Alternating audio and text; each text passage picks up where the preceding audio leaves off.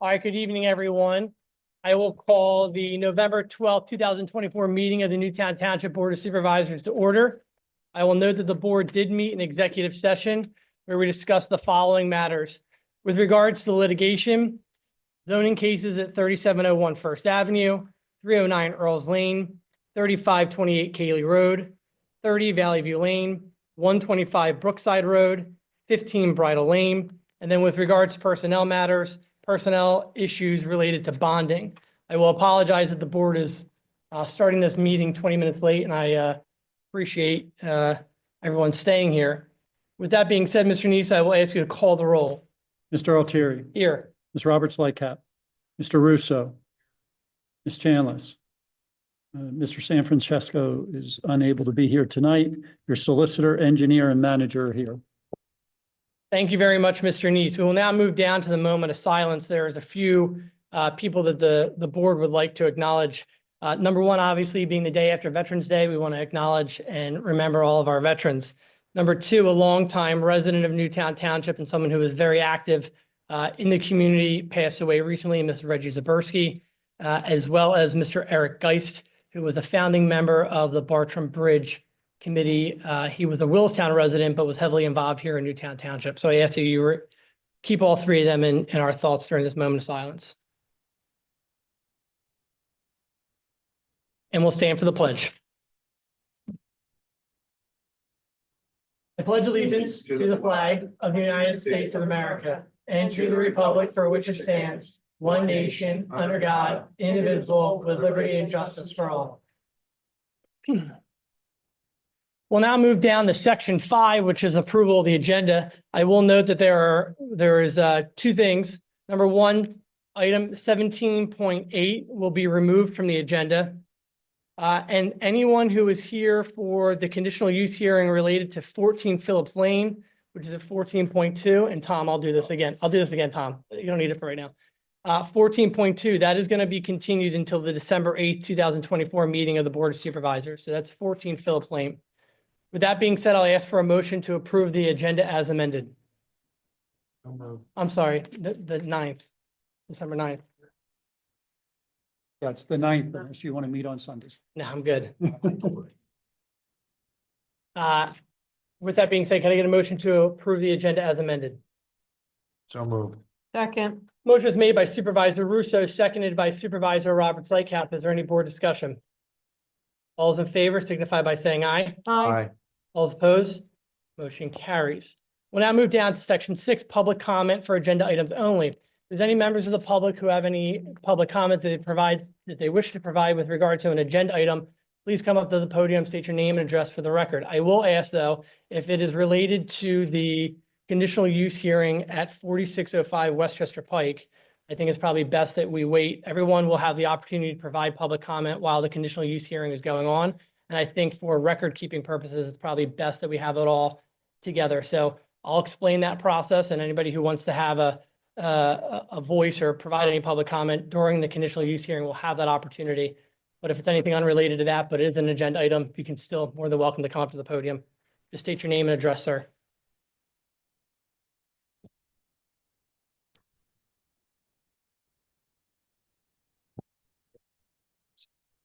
Hi, Mike Brunken, 400 Lister Road.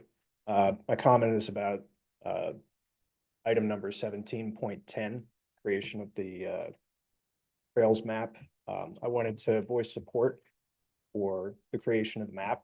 I think that the expansion of the trails network is vital to the health of the community, raises everyone's standard of living, and also supports the township's goal of sustainability.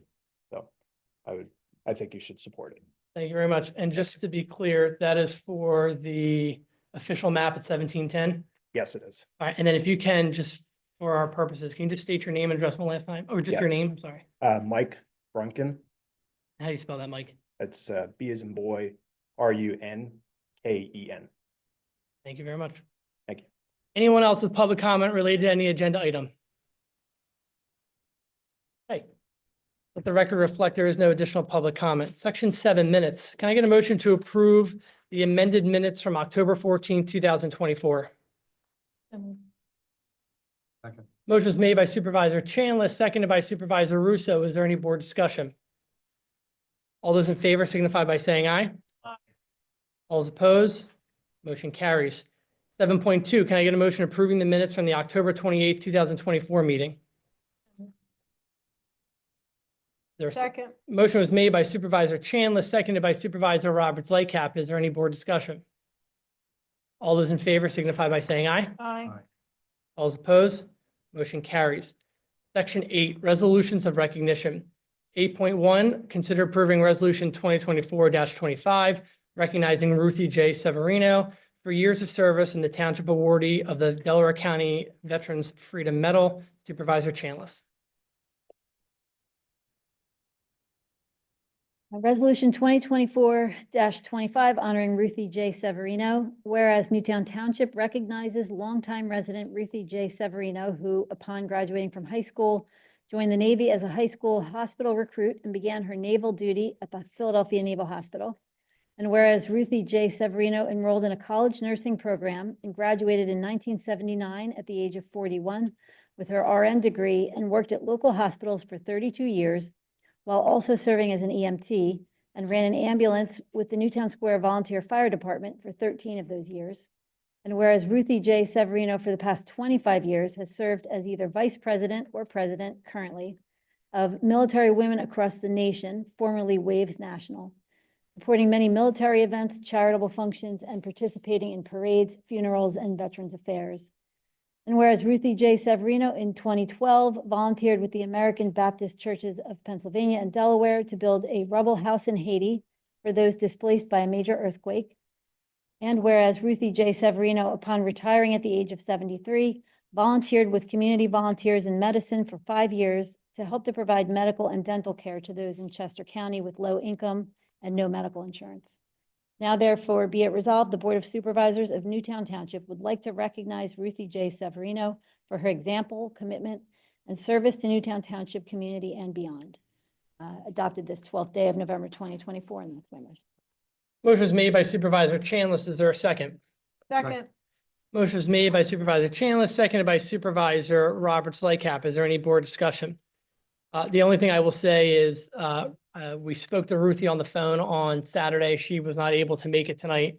So we will be presenting this to her when her schedule permits. But she is this year's one of Delaware County Veterans Memorial's Freedom Medal honorees. So she will be honored Thursday night, actually, at the Springfield Country Club. So all those in favor signify by saying aye. Aye. All those opposed? Motion carries. Yeah. Section 9, appointment to boards and commissions, 9.1. Consider approving the following appointment to the Planning Commission. Supervisor Roberts Lightcap. I'd like to make a motion to consider approving Tom Locher to the Planning Commission to fill an open position which expires on December 31st, 2025. That's my motion. Is there a second? Second. Motion is made by Supervisor Roberts Lightcap, seconded by Supervisor Russo. Is there any board discussion? Just want to say Supervisor Roberts Lightcap and I interviewed all these individuals. Yes. So we thank everybody who applied, and We encourage anyone who Thank you. we did not choose for this open position to please apply for anything else, or if you see, and anyone else in the audience, if there's a notice, right, for open positions for committees, so please check our website. all those in favor signify by saying aye. Aye. All those opposed? Motion carries. Section 10, reports from the Township Engineer, Mr. Johnson. Hi, good evening. Just a quick update on a few projects. Currently, we have roof project on the municipal building here is underway. They started in the complex. I'm going to restart. They did the flat roof the end of last week, and they're going to be continuing on to the rest of the roof in the coming weeks. Also, the paper mill house roof. We've had the notice to proceed pre-construction. We're waiting for materials, and that project will get underway as well. And then last few months, we had talked about the various stormwater management projects that we were looking to use, allocate funds for this year and get out to bid. They'll be out to bid tomorrow and for award in December. Any questions for the Township Engineer? All right, thank you very much. Report from the Township Manager, Mr. Neese. Yes, I have just a few things. Just wanted to give you a brief update. This week, our Public Works team started in Zone 3 for leaf pickup, and they'll be continuing on through Zone 3 this week. And moving forward, they've already collected 78 loads so far. Usually we do about 400 truckloads a year, so they're moving along, and they've only done 2 sections so far, so haven't even gotten halfway through the township, or just about halfway through the township. They'll get a lot this week because they're in an area that gets a lot of leaves. Westchester Pike median trees will be delivered on Thursday and Friday. My understanding is they probably will start potentially install on Friday. So we'll be watching for that. Just another quick update, DCNR and the PA Game Commission is holding a deer hunt at Ridley State Park on December 5th and the 12th. What's most important for most of our folks is just be aware that the park will be closed, and so will parts of Gradyville Road that go through the park. And so if you use that as a commuting direction, just be aware that that will be closed while the hunt's going on. Perfect. Mr. Neese, if you can just flesh out the trees that are going to be delivered on Thursday and Friday. I know that the board approved Yes, plantings to take place from Media Line Road to the Porsche dealership. What was that, the quantity of those again? I believe it's either 186 or 189 trees that'll actually be planted. They marked it out so that the PA1 calls can be done. Hopefully, everybody will be done their PA1 calls before they start, but they're gonna start getting the trees. Actually, it goes a little bit beyond the Porsche dealership. There's some blanks, there's some places where some trees have died, actually going all the way down to the end of the township. And so they're basically going from one side of the town to the other, filling all of the holes that are on the medians. And it'll obviously also be covering the area from where PennDOT did their project and removed those trees. That is correct. Perfect. All right, thank you very much. Any questions for the township manager? All right, we'll move down into payments, section 11. I get a motion approving the certificate of payment request number 2 totaling $95,487.73 from Premier Contract Incorporated associated with the St. Albans Circle project as approved by the township engineer, leaving a retainage balance of $15,183.87. Motion was made by Supervisor Roberts Lightcap, seconded by Supervisor Russo. Is there any board discussion? All those in favor signify by saying aye. Aye. All those opposed? Motion carries. Section 12, bills. I've reviewed the bills and I will make a motion to approve the bills on check register A dated November 12, 2024, totaling $138,543.83. Motion was made by the chair, seconded by Supervisor Chanlis. Is there any board discussion? All those in favor signify by saying aye. Aye. All those opposed? Motion carries. Section 13, developer releases. 13.1, I get a motion approving escrow reduction number 13 totaling $17,850 to Toll Brothers for the Lister Phase 1 project, leaving a remaining balance of $44,658.81 as approved by Stantec Engineering. So moved. Motion was made by Supervisor Roberts Lightcap, seconded by Supervisor Chanlis. Is there any board discussion? Can I just ask Eric, I see there's a few of these, I'm sorry, Mike, I mean to interrupt you. Phase 1, 2, and 3, and 4, are these related to a specific are these like stormwater management pieces, or Eric would know? Because Eric doesn't, I remember he it's wasn't just the a engineer. I stand. know, I saw your face, I remember. I then. wouldn't say that Eric doesn't know it all, but I mean, he's not not working on aware, these but yes, projects. he He's just not said aware, so. right? These are Stantec releases. As I've had the conversation with Giovanna, they are a mix of stormwater and some signage, things like that needed to be done. Thank you. Mr. Neese, can we get a letter from her next time, please? Okay. For the fine, because Yeah, I guess before we mean, zero this out. Because we do have some questions over there that are outstanding that I've never heard an answer to. So I would like to understand. You want to hold That'll- off on them? Well, no, for these, I'm okay. There's still retainage, but my concern is there's, we don't know if there's any problems or not with the drainage it's been tested, if it's met the requirements, and then also those outstanding issues with the sidewalks. Yeah. I, Hold on. yes, we can get a Yeah, letter I'm from them. okay with this for now, but I don't want any more coming here without the information. Any other questions? All those in favor signify by saying aye. Aye. All those opposed, motion carries. 13.2, consider approving escrow reduction number 6 totaling $29,100 to Toll Brothers for the Listener Phase 2 project, leaving a remaining balance of $14,140.38 as approved by Stantec Engineering. So moved. Second. Motion was made by Supervisor Roberts Lightcap, seconded by Supervisor Russo. Is there any board discussion? All those in favor signify by saying aye. Aye. All those opposed, motion carries. 13.3, can I get a motion approving escrow reduction number 6 totaling $15,560 to Toll Brothers for the Listener Phase 3 project, leaving a remaining balance of $24,119.20 as approved by Stantec Engineering. So moved. Motion was made by Supervisor Roberts Lightcap, seconded by Supervisor Chanlis. Is there any board discussion? All those in favor signify by saying aye. Aye. All those opposed, motion carries.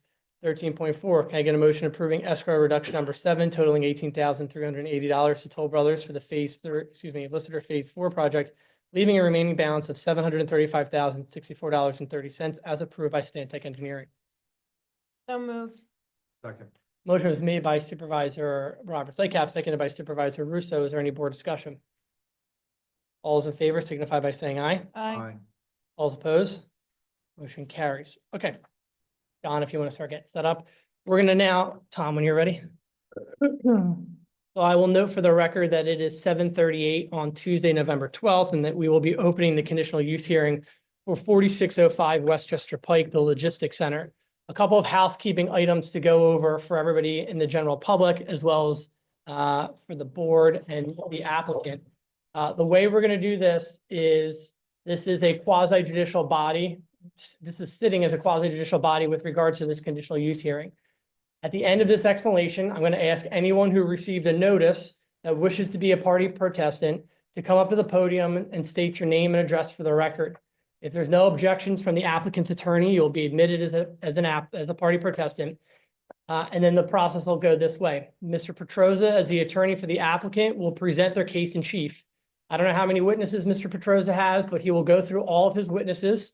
At the conclusion of all of his witnesses, the board will then start asking questions of those witnesses. And we'll do this after every witness has been heard and testified.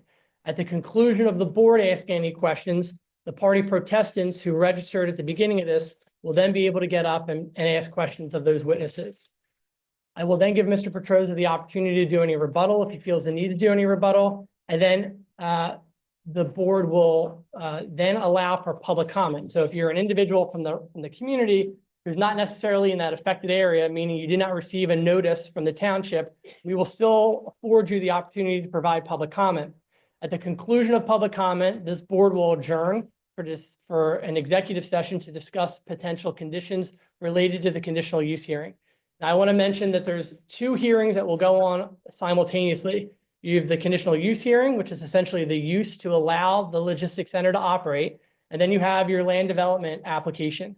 We will be voting on both of them separately, but for presentation purposes, I suspect Mr. Petroza will be essentially combining the presentations, and the questions will be kind of fluid between both of them. So with that being said, we will turn it over to anyone who wishes to become a party protestant. So if you received a notice from the township and you wish to become a party protestant to the application, come up to the podium and state your name and address so that we can have it for the record and Mr. Petroza can have it as well. I'll ask one last time if there's anyone who wishes to be a party protestant to come up to the podium and state your name and address for the record. And the last time is going to be right now. This is the third and final. Okay. With that being said, I will note for the record that no residents have signed up to be a party protestant. And Mr. Petroza, I'll turn it over to you, sir. Thank you very much, sir. My name is Don Petrosa. I'm an attorney representing Joyful Newtown Village LP, the owner of approximately 56 acres of land located at 4605 Westchester Pike, Newtown Square, PA, located in a C2 zoning district. Exhibit A1 in the exhibit packets, which I'll be handing up shortly, is a copy of the deed for the property to establish standing. I'm referring to the property along Westchester Pike on the interior of the loop road known as Alice Grimm Boulevard, where the Veterans Memorial is currently located. I mean, that's the tract. That's not the location of the proposed logistics center. The subject of the current conditional use and land development applications is a proposed logistics center for Boron USA, a well-known manufacturer and distributor of homeopathic medicines on approximately 5.9 acres of the tract. With me this evening, and I will be handing up a personnel list that has everybody's name on it and address, are Nicole DeBaton Robinson, a representative of ownership, Fabrice Filiolini, Vice President of Operations at Boron USA, Christopher J. Williams, professional engineer with Bowman, our transportation engineers, Dottie Ives Dewey, who is a land planner, and Rick Stratton, a professional engineer with Chester Valley Engineers, who's the project engineer, and also Brian S. Clemens, who's the project manager for D2 Project Architects. Brian's over here. I anticipate in the conditional use hearing, probably 4 of those witnesses will testify. A logistics center is defined in the zoning ordinance as flex space for any combination of 3 or more of the following uses: office, receiving, storage, assembly, packaging, delivery, automation, and other logistics services. The proposed Boron facility meets that definition by providing office space, receiving, storage, assembly, packaging, and delivery services. A logistics center is permitted by conditional use in a lifestyle village, subject to certain specific requirements. A lifestyle village is an integrated development consisting of any combination of 3 or more of the uses to be developed on the same tract. The ordinance allows a lifestyle village to be developed in phases. This phase relates to the proposed logistics center. As you know, an applicant for conditional use approval, first of all, conditional use approval is a form of permitted use provided that you meet certain specific objective criteria in the ordinance. An applicant for conditional use approval is to comply with the specific objective criteria in the ordinance. General provisions that do not provide specific objective criteria upon which compliance can be based are either unenforceable, or alternatively, an applicant only has to address them if the protestants or objectors present certain clear evidence, and we'll get into that if we need to in a little bit. But the specific objective criteria in the ordinance are found primarily in section 172-75.2 of the zoning ordinance. And I'll give an example, just a few of those objective criteria. The logistics center must be approved by conditional use. The minimum gross tract area of a lifestyle village containing a logistics center shall be 55 acres, at least 50 acres of which shall be devoted to permitted uses other than the logistics center use, so sort of pedestrian-friendly uses on the 50 acres. The logistics center site shall have a minimum gross area of 5 acres and a maximum gross area of 6 acres. The logistics center building may not have a gross floor area larger than 80,000 square feet. The maximum coverage of the logistics center building shall be 30% of the logistics center site.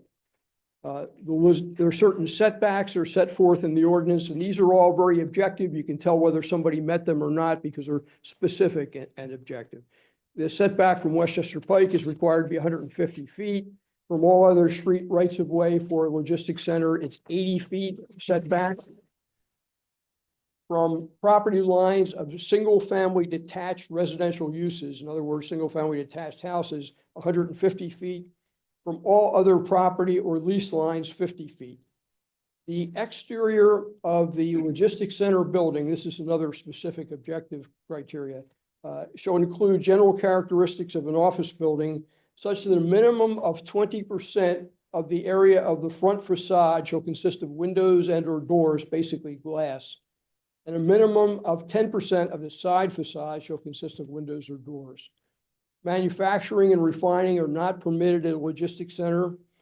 All of these are very specific. You can tell whether or not they're met. A logistics center need not be generally pedestrian friendly and shall not connect directly to the internal road network of the remainder of the lifestyle village. However, there should be some way to get there for a pedestrian to get to the other part of the lifestyle village. There should be no work done outside of the building other than loading and unloading of the loading docks, which shall be located towards the rear and screened to the extent reasonably practicable.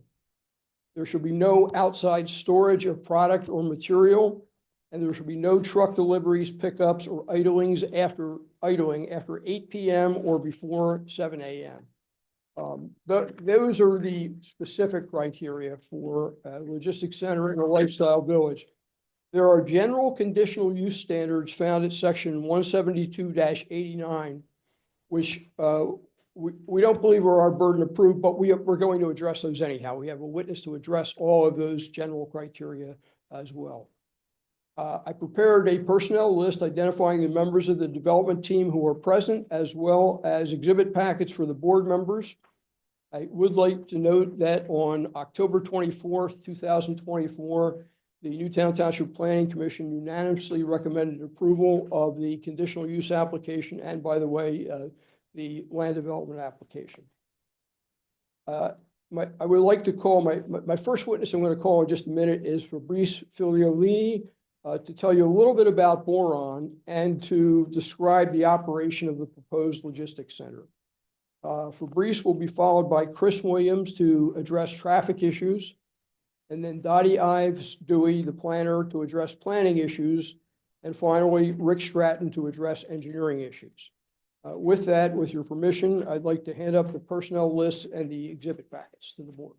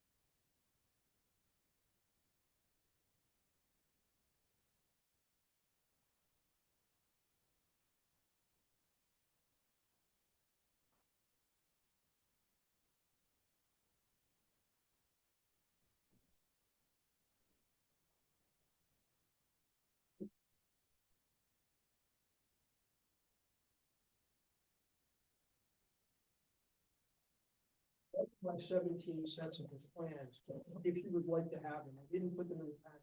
Have them marked. We have 2 sets of the plans. We get back to the microphone. We have renderings. Was it? We have renderings. Yes, I handed them up. Yeah. Okay. Yeah, well, we'll get to that. Don, can we have one set of those plans, the 11 by 17?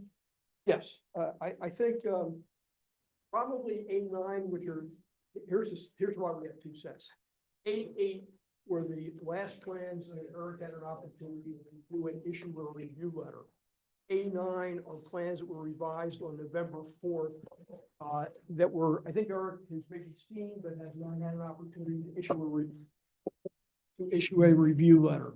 I don't think for our purposes there'll be much of a difference. Rick, which ones were you going to test? Okay. I mean, I think we should probably testify from the ones that Eric has had a chance to review and provide the review letter. That's exhibit I think it's A. probably the best way to do it. I'll hand up A. All right, sounds Okay. good.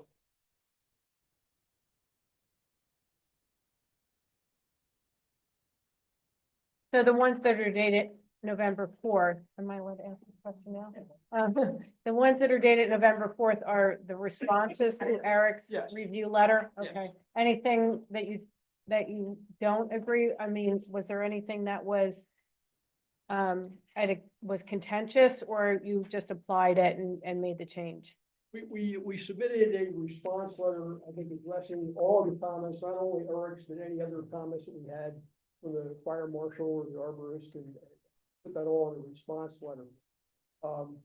But my thought was that I'll do it any way you'd like me to do it, but I was gonna address primarily the conditional.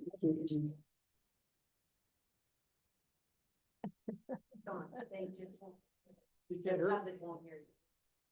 Have to actually hold it? Okay. Only when you're standing. When you sit down, we'll be able to hear you. Oh, okay, fine. Doing great. Try this one. Okay, I think what I was starting to say, I wanted to concentrate in the conditional use hearing primarily on the conditional use issue, although we will touch a little bit on the land development. And then after the conditional use hearing, we probably will have covered most of our land development Yeah. presentation as well, but we need to supplement it with anything we can do that perhaps after you do your deliberation. Yep, no, and that's exactly how I kind of imagined it would go through, that we would kind of mesh it together, so. Yeah. Just wanted to identify this exhibit A8. These are the plans that are dated July 22nd, 2024. Grab the wrong one.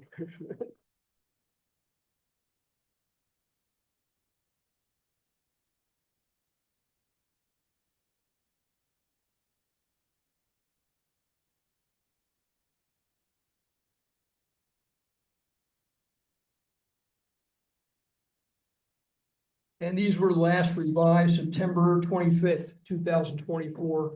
And I believe Eric issued a review letter dated October 18th, 2024. Perfect. So again, just so the record's clear, the plans that you're handing up are the ones that our township engineer has had a chance to review Yes. and issued the review letter on. And you guys did respond to it, but the other set. Okay, that's fine. We need to look at that.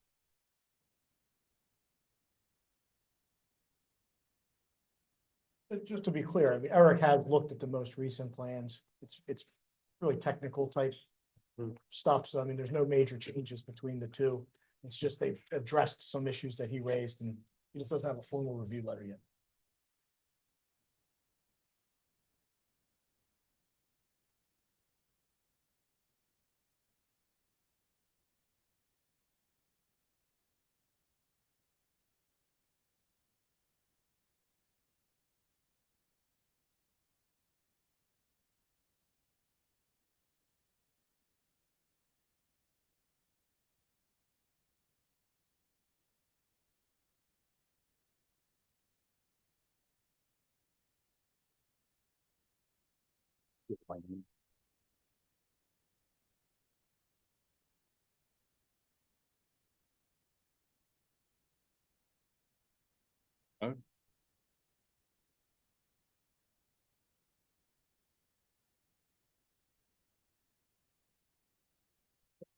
We'll proceed. Thank you. Please state your name and business address. Good evening. My name is Severino, and the address of my business is 4 Campus Boulevard in Newtown Square. And what is your position with Boron USA? I'm the VP of Operations, and I've been there for the past 17 years. Are you a resident of Newtown Township? And I'm a resident of Newtown Township. How long have you lived in the township? I've lived in Newtown for 12 years. 12. And how long has Boron had a presence in Newtown Township? Boron has been in Newtown Township for the past 31 years. And how many total employees does Boron have in the Delaware Valley? And when I say that, I'm not just limiting it to Newtown Square, but the Delaware Valley. We have about 101 employees who live within the Delaware Valley. 101. Please tell the board a little bit about Boron as a company, its business, and its mission. Boron is a French-based company that makes homeopathic medicines for a wide array of symptoms. We've been in the US for 41 years, and our company has been around for 90 plus years. Our main business is to resell to retailers around the US, from Whole Foods, Walmart, CVS, Amazon, and other retailers. As a company, our goal is to change habits and to find ways for patients to treat different OTC conditions with safe and easy to use medicines for adults, kids, baby, and overall families. Would you please describe how Boron has been involved in the Newtown Square community? Boron has been a very active member of the Newtown Square community. We participate in all kinds of events. We try to support the community in any way, shape, or form when we can. A few years back, we planted some trees. I know that was something that was mentioned tonight, but we did that a few years ago already. We support, as I said, different events. We sponsor different concerts. Sorry. I don't know if it's the accent. Do you want me to start over? What was the last thing you got? All right. We've been sponsoring all kinds of different initiatives within the township, from different concerts or different events. We try to help as much as we can. We are also a green business, and we try to host different events in that regard when they are available. Would the proposed logistics center enable Boron to remain as an active community partner in Newtown Township? Yes, that will not change anything that we've been doing for the past 31 years. Please describe Boron's current locations in the township and how that will change with the proposed logistics center. So currently within Newtown Square, we have two locations. We have the one which is considered the headquarters at 4 Campus Boulevard, and we have a small warehouse right next to Goodwill.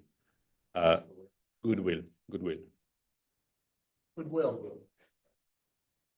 So those two locations, we have two small warehouses in each one of them. Those two locations will be consolidated under one roof in that new logistics center.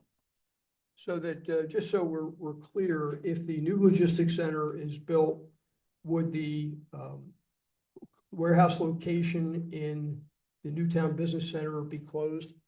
Correct. And your headquarters on Campus Boulevard, 4 Campus Boulevard, that would remain open, but you would no longer have certain functions there? Correct. The offices will remain, but the warehouse space will not be used as such. So the warehouse at 4 Campus Boulevard would be closed as well? Yeah, we will use it for other things, but not for warehousing. Okay. And how many people are expected to be employed at the logistics center? So the new location will employ roughly 29 people.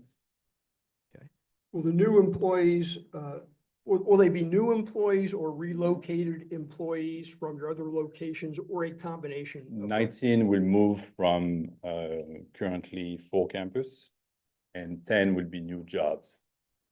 Okay. 29 total. So you'd have a total of 10 new employees Correct. anticipated? Correct. What are the expected normal hours of operation of the logistics center? The hours will be 7 a.m. to 8 p.m. Mondays to Fridays. Will Boron's customers be coming to the logistics center? No. Please give the board, I think you already did give the board some examples of the customers. Can you go over that real quickly again? I mean, we sell to Whole Foods, CVS, Walgreens, Walmart, Target. Walgreens, Walmart, Amazon, Rite Aid, Sprouts, Wegmans. And how does Boron receive orders? We receive orders electronically or via email or via phone. Okay. And about how many of the anticipated logistics center employees, the 29 expected employees, do you expect to work on the floor? About 19 of them. And how many would work in the office then? About 10. Okay. And please describe the general process that will occur in the logistics center when an order is received. What happens? So when an order gets received, the operator creates an order in our computer system. The order is then sent to the floor with something that we call a picking ticket. And an operator grabs the ticket, a picking ticket. The operator grabs the ticket and goes around the logistics center to basically what we call pick the order, which is order assembly, basically. You pick the different remedies that have been asked by the customer, and you put them in a box, and then the box goes out and gets shipped out. Would you describe the proposed logistics center as a flex space for office, receiving, storage, assembly, packaging, and delivery services? I would, yes. And would all of those functions occur at the logistics center? Correct.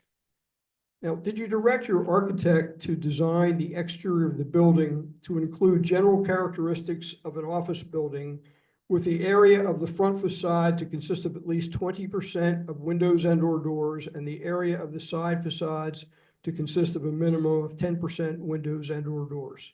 Yes, we did. And in your opinion, did your architect achieve that design? Yes, he did. Is Exhibit A2 in the exhibit package the building renderings? Yes. And would you like us to put those up on the screen? So, could you put, it's the renderings?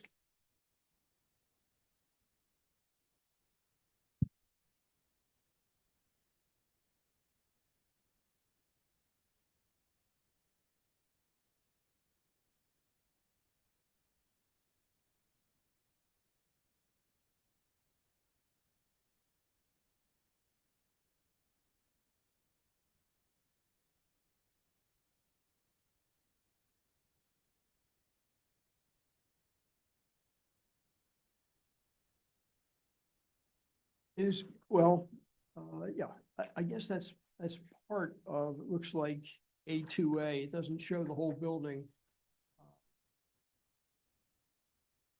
You know what, we might be better off with the boards because these seem to be showing partial. There you go, that's getting better. Just a little more, I think. Okay, that's good. This is what we've marked in the exhibit packets as Exhibit A2A. What does that rendering show? Is that the front facade? On facade, yes. And the entrance is to the left? The entrance is to the left of the building where you have like 3 people in front, yeah. Okay. And could we go to the next slide? Okay, that's what we've marked in the packets as Exhibit A2B. And that shows partial front and partial western facade? Correct. Okay, so that's the western side on the right side, and the front is toward the front. We go to the next one. Exhibit A2C is on the screen now, and what is that? That's the view from when you're looking on the west side. Oh, I mean, east side, I'm sorry, east side. So we've got the front facade, the west facade, and the east facade now. And then Exhibit A2D, which is the next one. And this is a perspective from Westchester Pike, which would show that how much of the building would be visible from Westchester Pike. That's correct. And also that this would be the rear of the building. Is that right? Correct. Okay. And that's A2D? And Yes. these were all prepared by your architect, Brian Clemens, who is here with us this evening. Yes. And there is one more, it's not a rendering, but it's elevations. Should be the next.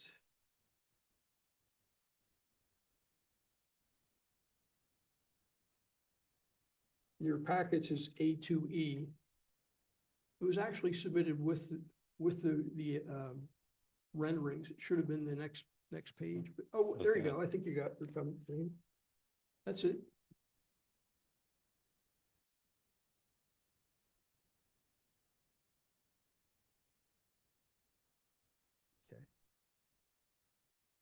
And this shows the top half of the exhibit. There's 2, if you later can scroll down, but basically these are the elevations, and this page shows all the calculations to show that we have the 20% of windows and doors on the front facade and in excess of 10% on the 2 side facades. There's some other detail, but I think that's probably sufficient for our purposes.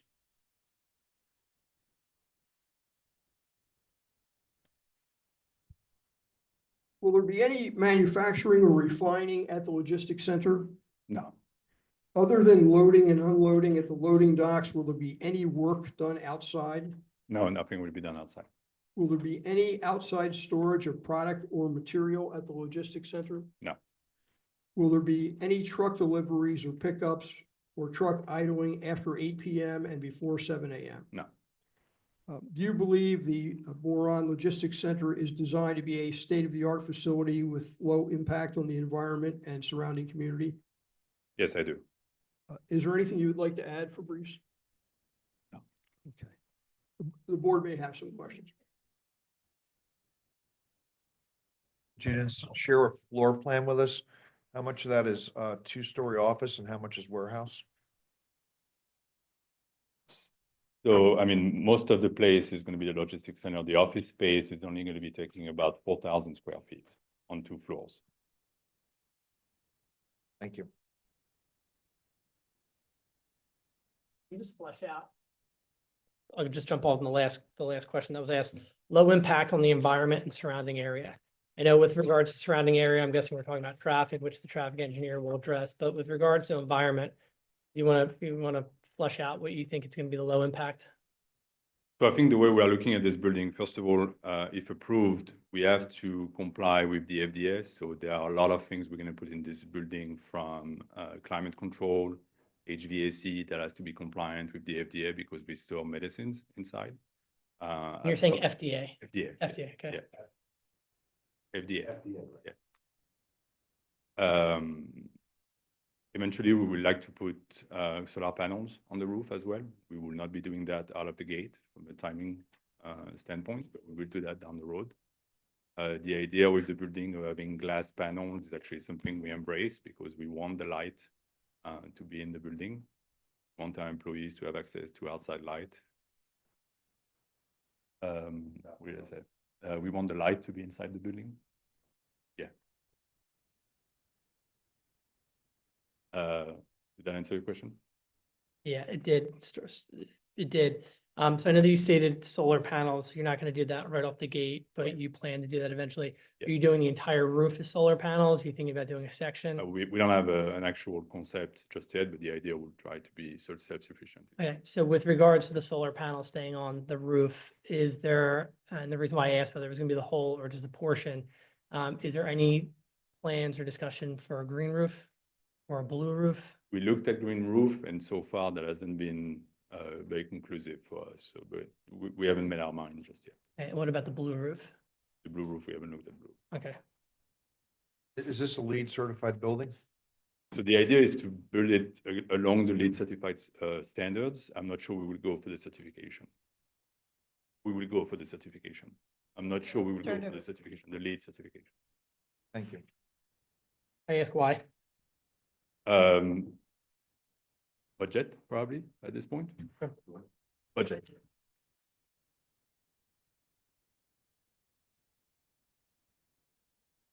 I have no questions. Actually, just out of curiosity, I know we said 101 employees in the Delaware Valley. Boron's been in Newtown Square for 31 years. How many employees live in Newtown Square roughly? Good question. I would say The ballpark, about 10. and You show us a rendering from Westchester Pike. I don't know if this is Don or the engineers. I don't know if Fabrice can answer this question. What is on the roof? What are we gonna see on the roof line? Because I see, I mean, maybe it'll be solar panels eventually, but where are the refrigeration? Because you said refrigeration, right? Like Well, climate not control. refrigeration, just HVAC. Climate control. Climate control. That's Uh-huh. actually going to be on the side of the building. Okay, There's not going to be anything. Yes, so we won't see that. we won't say that. Okay. and is it the side of the building that's gonna be facing Westchester Pike, facing It the will be- residents? Facing Westchester Pike, yes. Okay. And that'll be screened when we get to that. I guess we'll have a discussion on that. Fabrice, with regards to the 2 locations that are currently operating in Newtown Township, I believe you said there's one at 4 Campus, your headquarters at 4 Campus Boulevard services, both the headquarters and also a warehouse. Is that correct? Sorry, say it again? The one at 4 Campus Boulevard services both your headquarters as well as as one of the warehouses. Is that correct? Services, I mean, no, we have 2 warehouses. I understand that, but 4 Campus Boulevard, it services both your headquarters as well as a warehouse, correct? Yeah. yeah, Okay, yeah, and then the second one is over at the Goodwill, correct? Right. And so if you get this approved tonight, your plans are to remove the warehouse aspect both from Campus Boulevard as well as the Goodwill? That's correct. yes. Okay. John, I'm guessing that when we get to the traffic, we're talking about trucks and what's currently flowing, what's not gonna be flowing, okay. I'm glad you raised that issue because I forgot to ask him. I wanted to ask him about, how much additional truck traffic will be, do you want me to, well, you finish. Okay, yeah, let me finish and I'll let you go back on him.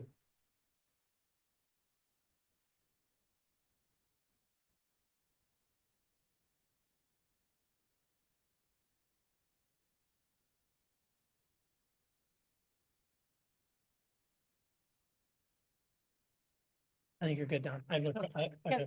Can I, so is this a land lease with the developer and you own the building and it's a evergreen, it's a long-term It is. yeah. lease? And you control the building, you'll control the construction, and you control the design? Correct.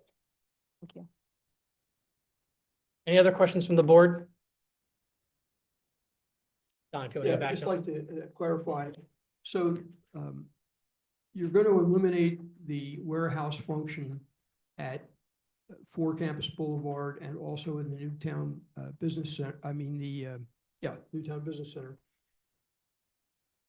As a result of that, and with the number of deliveries that you're anticipating, trucks, how many additional trucks, and we're really talking about tractor trailers at this point, there will be a number of box trucks, but with regard to the tractor trailers, how many additional tractor trailer deliveries do you anticipate there will be with the new logistics center than you currently have right now in Newtown Square? I would say roughly 1.5 to 2 trucks additional per day. 1.5 to 2 additional tractor trailer deliveries a day. Per day.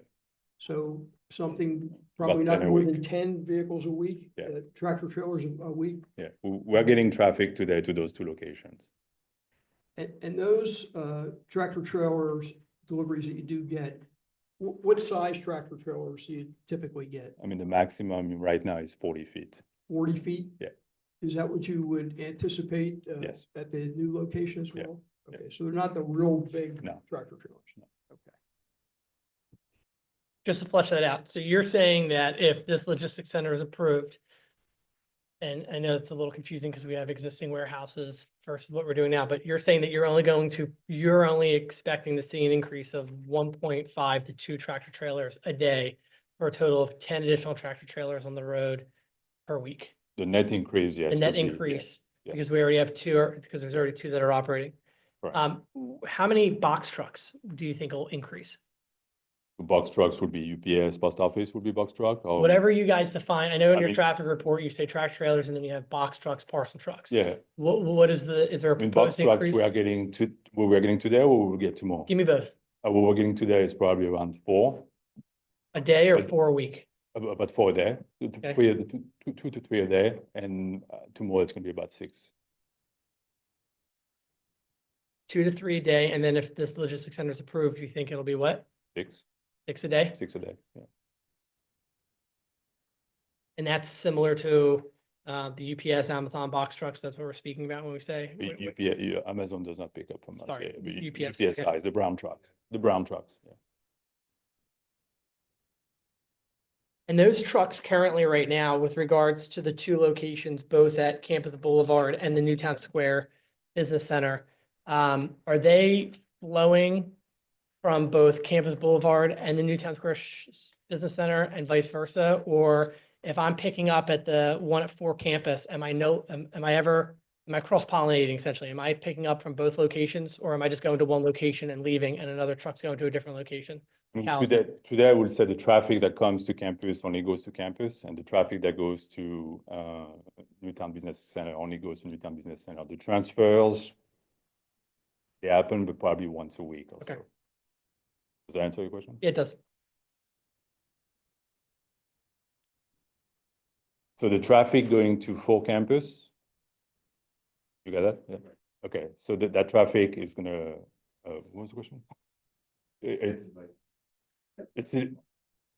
The traffic that goes to 4 campus comes from outside. The So- traffic that goes to Newtown Business Center go straight to Newtown Business Center. And once a week, we have a transfer between Newtown Business Center and 4 campus. Sorry. I just wanted to, and I apologize, I'm repeating, I just want to make sure I understand this. So right now, between those two locations, you anticipate that you have about 2 to 3 box trucks a day.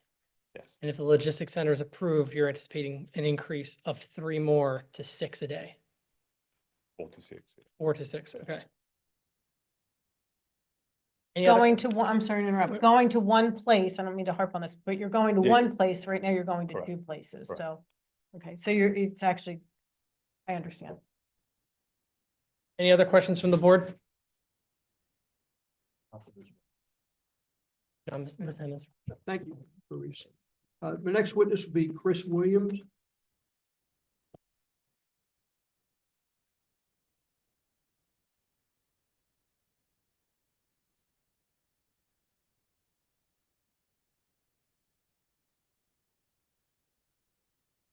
Do.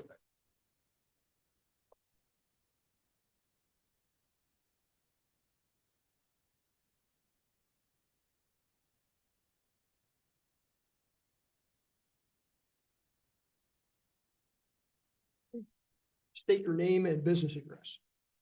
Christopher Williams, 835 Springdale Drive, Suite 200, Exton, Pennsylvania.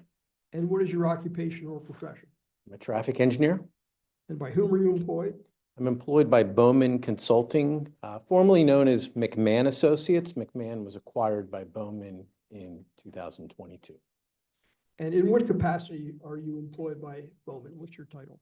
I am the Mid-Atlantic Regional Manager, but I also serve as a project manager for specific client projects. How long have you been a licensed professional engineer specializing in traffic and transportation? I've been working as a traffic engineer for coming up on 33 years, and I've been a licensed professional engineer since 1998. And in our exhibit packet, we have an exhibit A3, A-3. Is that a copy of your current CV? Yes, it is. And is the information on the exhibit A3 accurate? Yes, it is. Have you previously appeared before the zoning hearing board, planning commission, and board of supervisors in Newtown Township and many other municipalities to offer your opinions as an expert witness in traffic and transportation? Yes. Would you like me to wait till Tina? No, you're good. Don, keep going. Okay, okay. There's 3 here. I'd like to offer the witness as an expert in traffic and transportation. That it is so moved. No objection. Did you prepare a traffic operations evaluation revised September 24th, 2024 for the proposed Boron Logistics Center along Alice Grim Boulevard, which the fire marshal has recently advised us will have an address of 4400 Westchester Pike, 4400 Westchester Pike, which we've marked A4 for purposes of identification. Yes. And would you please review your traffic operations evaluation and your findings regarding trip generation, traffic operations, and your conclusions? Certainly. So some of this may be repetitive, so bear with me. Boron proposes to relocate and consolidate their existing local storage and customer service operations to this new location on Alice Grim Boulevard. Boron's 2 existing locations are located in Newtown. One just to the south of this site along Campus Boulevard in the Newtown Square corporate campus, the other just to the west of this site along Westchester Pike within the Newtown Business Center. So in reality, as was also mentioned by the previous witness, a large portion of the traffic that will be going to this new site actually exists today and is actually traveling on the roads today. So it really, this new site is really not generating entirely new traffic to the area. So the new facility on Alice Grim Boulevard, as was mentioned, will be in operation typically 7 a.m. to 8 p.m. Monday through Friday. It will have 29 employees. At the time that we did our study, we were given numbers that indicated that the facility will generate 35 trucks per week. So over the course of a 5-day week, that's an average of 7 trucks per day, Monday through Friday. We heard testimony from the earlier witness that many of the trucks that are generated that will be traveling to the new facility are actually traveling today to the existing facilities. So in terms of an increase in trucks, as was mentioned by the prior witness, his testimony is that we're only anticipating about 1.5 to 2 additional tractor trailer trucks per day to the new facility as compared to what's already traveling on the roadways. And I think it was an increase of about 3 box trucks per day above and beyond what's already traveling on the roadways today. And then regarding truck operations, trucks will not idle before 7 a.m. or after 8 p.m., nor are they permitted to by township ordinance. So as part of our evaluation, we also took a look at the total traffic, just more than just truck traffic, but the total traffic that we expect to be generated by the proposed logistics center. And we did so based on data from the Institute of Transportation Engineers. I imagine this board is familiar with that document. You've had other transportation engineers testify before you. So the Institute of Transportation Engineers would estimate that a logistics center of this size could generate 82 total vehicles entering per day and 82 total vehicles exiting per day. So those are over the course of a full day.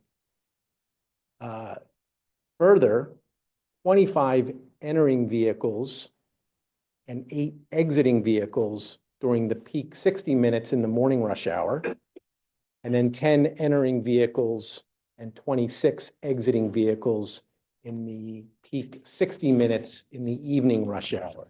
I just kind of ask a qualifying question real quick. Yes. What are you defining as peak morning and peak evening? It's the peak 60 minutes that occurs generally between 7 a.m. and 9 a.m. So if you take that 2-hour window, usually we're isolating the peak 60 minutes that occurs in that time frame. And then in the evening, it's usually the highest 60 minutes that would occur sometime between 4 p.m. and 6 p.m. So is it essentially like a sliding scale? It's anywhere within that 3 hour, 2 hours period. Within those 2-hour windows, we isolate the highest 60 minutes, and that's your commuter rush hour in the morning and your commuter ruch hour. So what is that? What is that? Do you have that information for what it is for Newtown? Like, what is that? Do you have an actual time of what the peak 60 is in the morning and what the peak 60 is in the evening? It varies day to day. It could really vary by 15, 30 minutes day to day. Okay. Usually you're going to see very little difference. If it's 7:30 to 8:30 one day, the next day could be 8 to 9 or 7:45 to 8:45, and the differences tend to be minimal. Got it. Okay.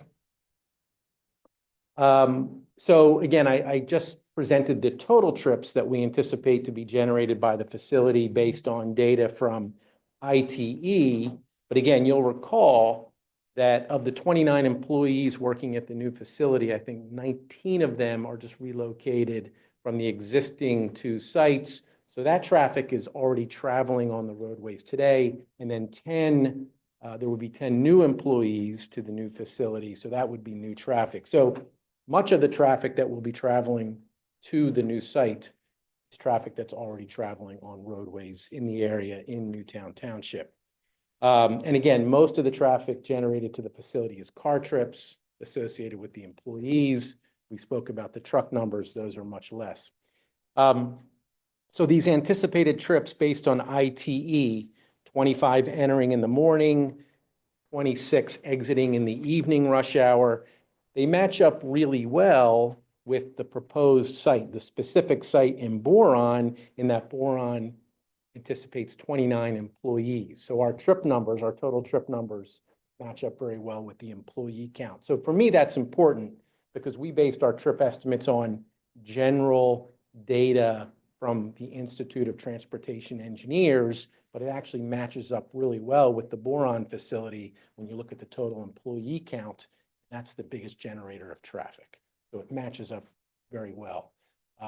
The reason we took that approach and the estimate is in as much as Boron is a longstanding member of the Newtown Square community, who's to say down the road, if another user were to occupy the building, it's important for us to do these studies based on typical data for this type of use, which is why we took the ITE approach. But again, the data matches up very Oh, well. I have to ask you a question. Your resume says you've done several warehouses. I have. Is this a typical warehouse, this configuration of the docks?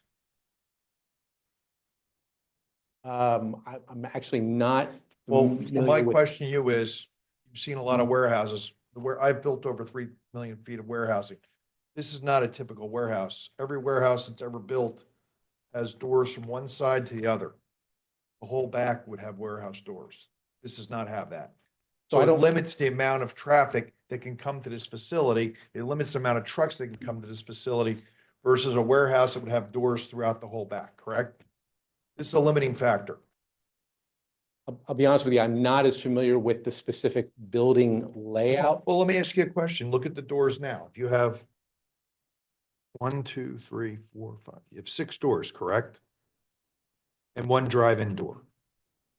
So a typical warehouse has doors across the whole side and sometimes both sides.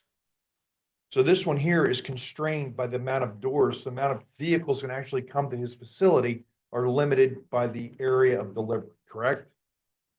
Would appear so. And you're getting actual data from 2 facilities within a mile of this facility, correct? That he operates today.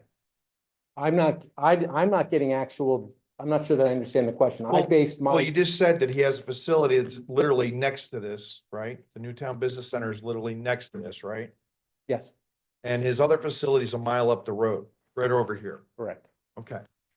So his data or his trucks, whatever you want to call it, is actual data in a very similar geographical area. Correct, It would use the same roads. correct. Okay. Thank you. So as part of our evaluation, we also took a look at other uses that could be developed on the site, realizing the site was at one point approved for a retail use, specifically a site of this size. Before we jump into that, if I can just bring you back up, and I don't mean to cut you off, but I know where you're gonna go with the testimony on that one. So Sure. before we get into the comparison of what was approved and what you guys are looking at right now, before we get all muddle the water on that, the ITE data that you use, I'm guessing was the warehouse or logistics center, which one did you use? The ITE data that they used, did you use warehouse or logistics center? And is there a difference in the ITE data? I don't IT know.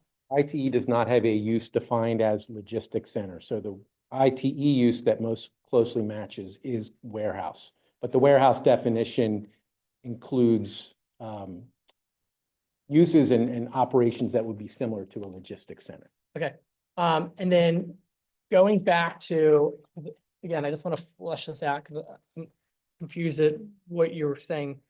So what is current, and I know Fabrice testified to it, but I want to hear it from you. What is currently on the road right now with the 2 different sites? What is the current traffic with the 2 sites that we have? Trucks, I want, give me the trucks and give me the box trucks. And then anything else you think if there's a third category. So- Let's hear it. so my understanding is currently Boron gets, I'll say about 4 to 5 truck deliveries per day. And truck is tractor trailer, or are we talking about box truck? Not sure, Tractor trailers. tractor trailers. Okay. So currently, right now, they're getting 4 to 5 tractor trailers a day.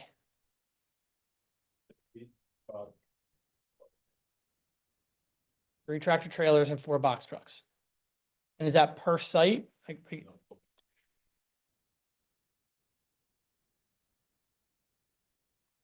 And then you're saying that this new proposal, before you get into the comparison, what are you saying that, what you guys are adding? What's the add here? So my evaluation doesn't speak to the ad. It's just speaking to the total traffic that we anticipate at the new facility. Okay, so what's that? So at the time that we did the evaluation, we were told 35 trucks per week, Monday through Friday, divided by 5 days per week. As But presented. So that's where I get, that's exactly where you lost me before. So how do we go from 35 to 3? That 35 was tractor trailers. And box trucks. It was, we estimated 20 tractor trailers and 15 box trucks a week. Give it to me one more time, Don. 20 tractor trailers and 15 box trucks per week is what was anticipated at the new facility. Okay. And what is, and we said before, it's 3 and 5 a day. So quick math is 15, 20, you're saying 20 box trucks currently, so it's the same, and 3, 6, 9, 12, 15 tractor trailers? So it's the same. I'm not sure that I'm following your math. So, Well, tell me what your math is. my math at the time that we did this letter, September 24th. Yep. We were told that Boron anticipates 35 trucks per week, consisting of 15 box trucks and 20 tractor trailers, right? 20 plus 15 is 35 trucks per week. Over the course of a 5-day week, Monday through Friday, if it's equitable throughout the week, 35 divided by 5 days in a week averages to 7 trucks per day. That's what, at the time that we did our report, that's what we're estimating to be the truck numbers at the new facility. And you're saying 7 trucks a day. Again, is that 7 tractor trailers, 7 box trucks? That's seven total, Of the box trucks and the tractor trailers combined? correct?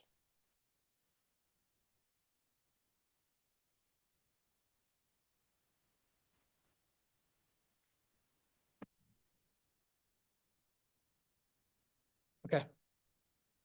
You're still losing me, but I'll let you do your comparisons. I know where you're going with that, and then we'll try to flesh that out a little bit more. Okay. So realizing the site could have been developed as a retail use, this site could support approximately 80,000 square feet of retail. As a retail use, the site would generate about 5,439 vehicle trips per weekday, 139 vehicle trips in the morning rush hour, 418 vehicle trips in the evening rush hour. And then realizing these numbers are weekday trips, a retail use would generate even more traffic on weekends.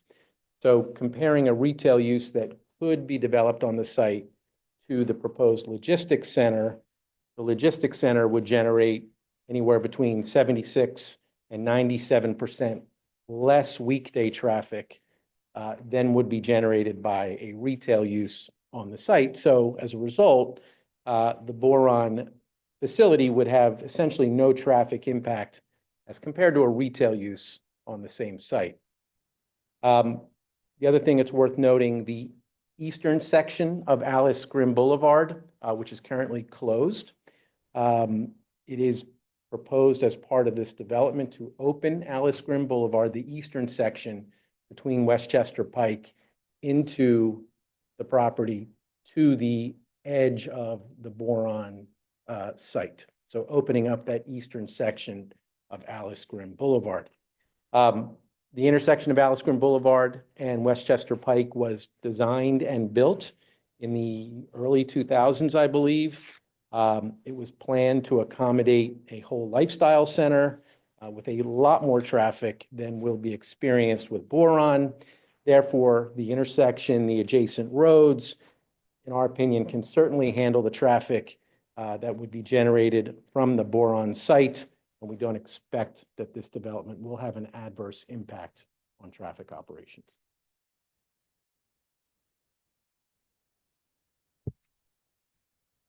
Any questions from the board? Yeah, I'm sorry, I have a few more questions, but. Oh, I'm sorry, I thought you were done, Don. Good. No, it's okay. Good. In your opinion, will the proposed logistics center create an increase in traffic of such character as to create a high probability of danger to the health and safety of the community? No. In your opinion, will the proposed logistics center include traffic access ways which are adequate to provide safe ingress and egress to and from public streets and highways without undue congestion to or interference with normal traffic flow within the township? Yes. In your opinion, does the proposed logistics center make adequate provision for safe and efficient pedestrian and vehicular circulation within the boundaries of the logistics center site? Yes. Is there anything you would like to add? No. Those were standards within the ordinance. Any questions from the board? We have none, Mr. Petrosa. We're done with this witness. Okay, thank you very much. The next witness is Dottie Ives Dewey, or Dorothy Ives Dewey.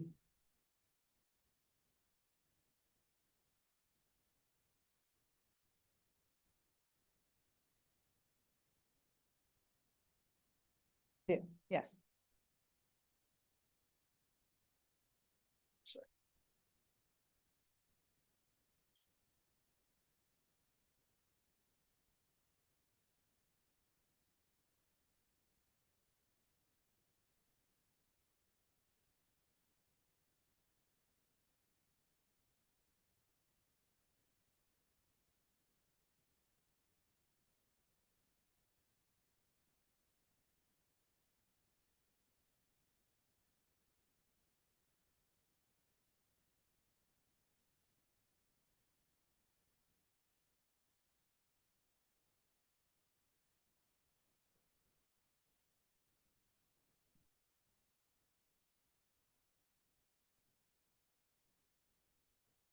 Oh, no, I just, ready to go? Okay. Please state your name and business address. Sure. I'm Dorothy Ives Dewey. I go by Dottie, and my business address is 50 Sharpless Street in Westchester. Okay. And what is your occupation or profession? I am a professor. I'm in higher education. I'm a professor of planning. I previously was a land use planning consultant for about 15 years. Okay. And is Exhibit A5 in the board's packets a copy of your CV? Yes. And it's a pretty lengthy CV, but can you tell the board just a little bit about your educational background, particularly as it pertains to planning? Sure. I have a Bachelor of Arts in Civil Engineering. I have a Master's of Urban Planning, and I have a doctorate in City and Regional Planning from University of Pennsylvania. Okay. And this lists a number of the projects you've worked on and a number of the positions you've been in as a planner.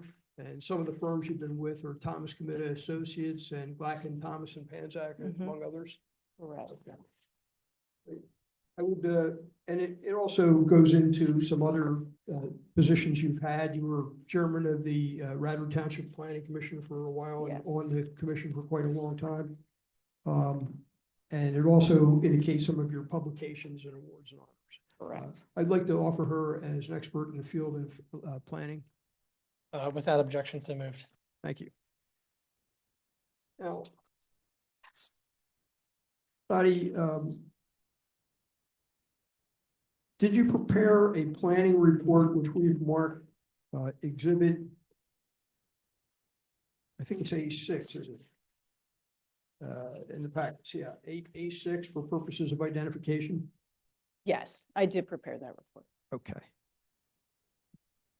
And would you tell the board a little bit about what you did in preparation for preparing your report and testifying as a witness?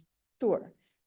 So I looked at a number of local documents, the township's Newtown Township Comprehensive Plan of 2016, reviewed the zoning ordinance with particular attention to sections 172-19, 172-89, 172. I'm sorry, section 172-19, 172-89, and 172-13, which have to do with conditional uses. I also reviewed the ordinance 2024-06, which was particularly the area of adding a logistics center as a conditional use in a lifestyle village in the C2 district. I had an interview with Fabrice.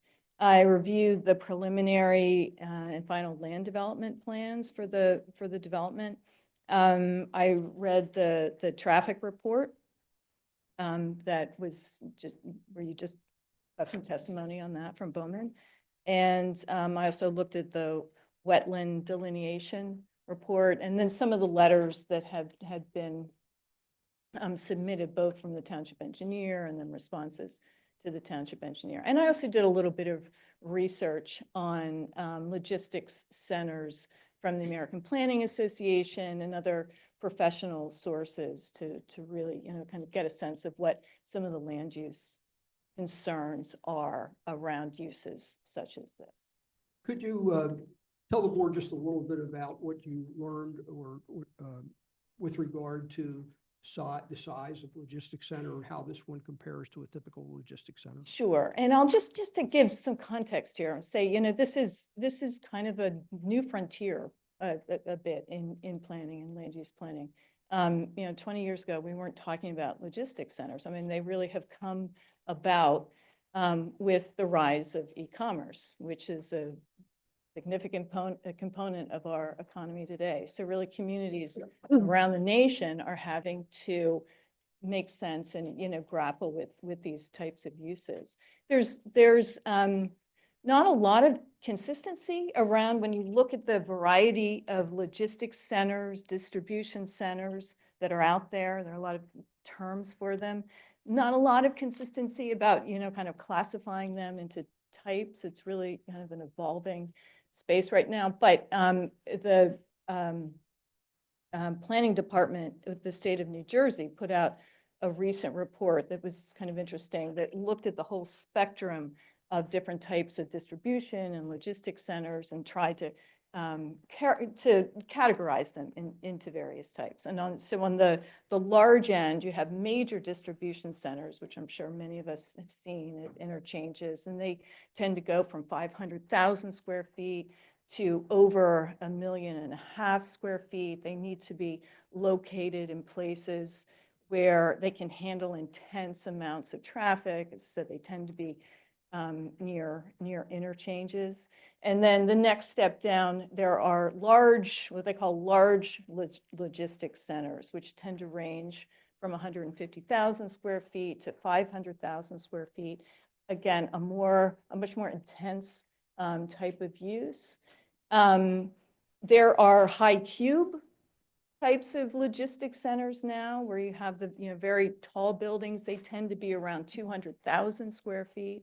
And then on the smaller end, with what they characterize as small logistics centers, are centers that can range from 50,000 square feet to 150,000 square feet. Some of these are sometimes considered the last mile centers. They tend to be smaller so that they can fit into suburban contexts.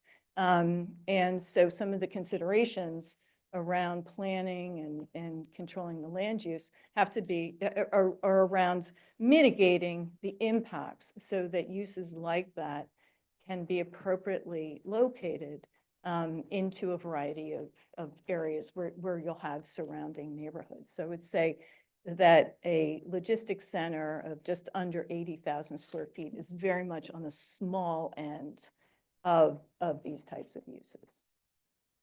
And I think you may have already touched on this, but have you reviewed the standards and criteria for conditional use approval in the Newtown Township zoning ordinance, including sections 172-19, 172-89, and 172-13?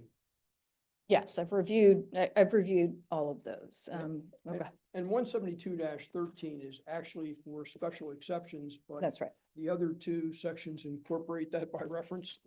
Yeah, so I mean, I'll just say, so 172-19 goes over the general approval procedures for conditional use.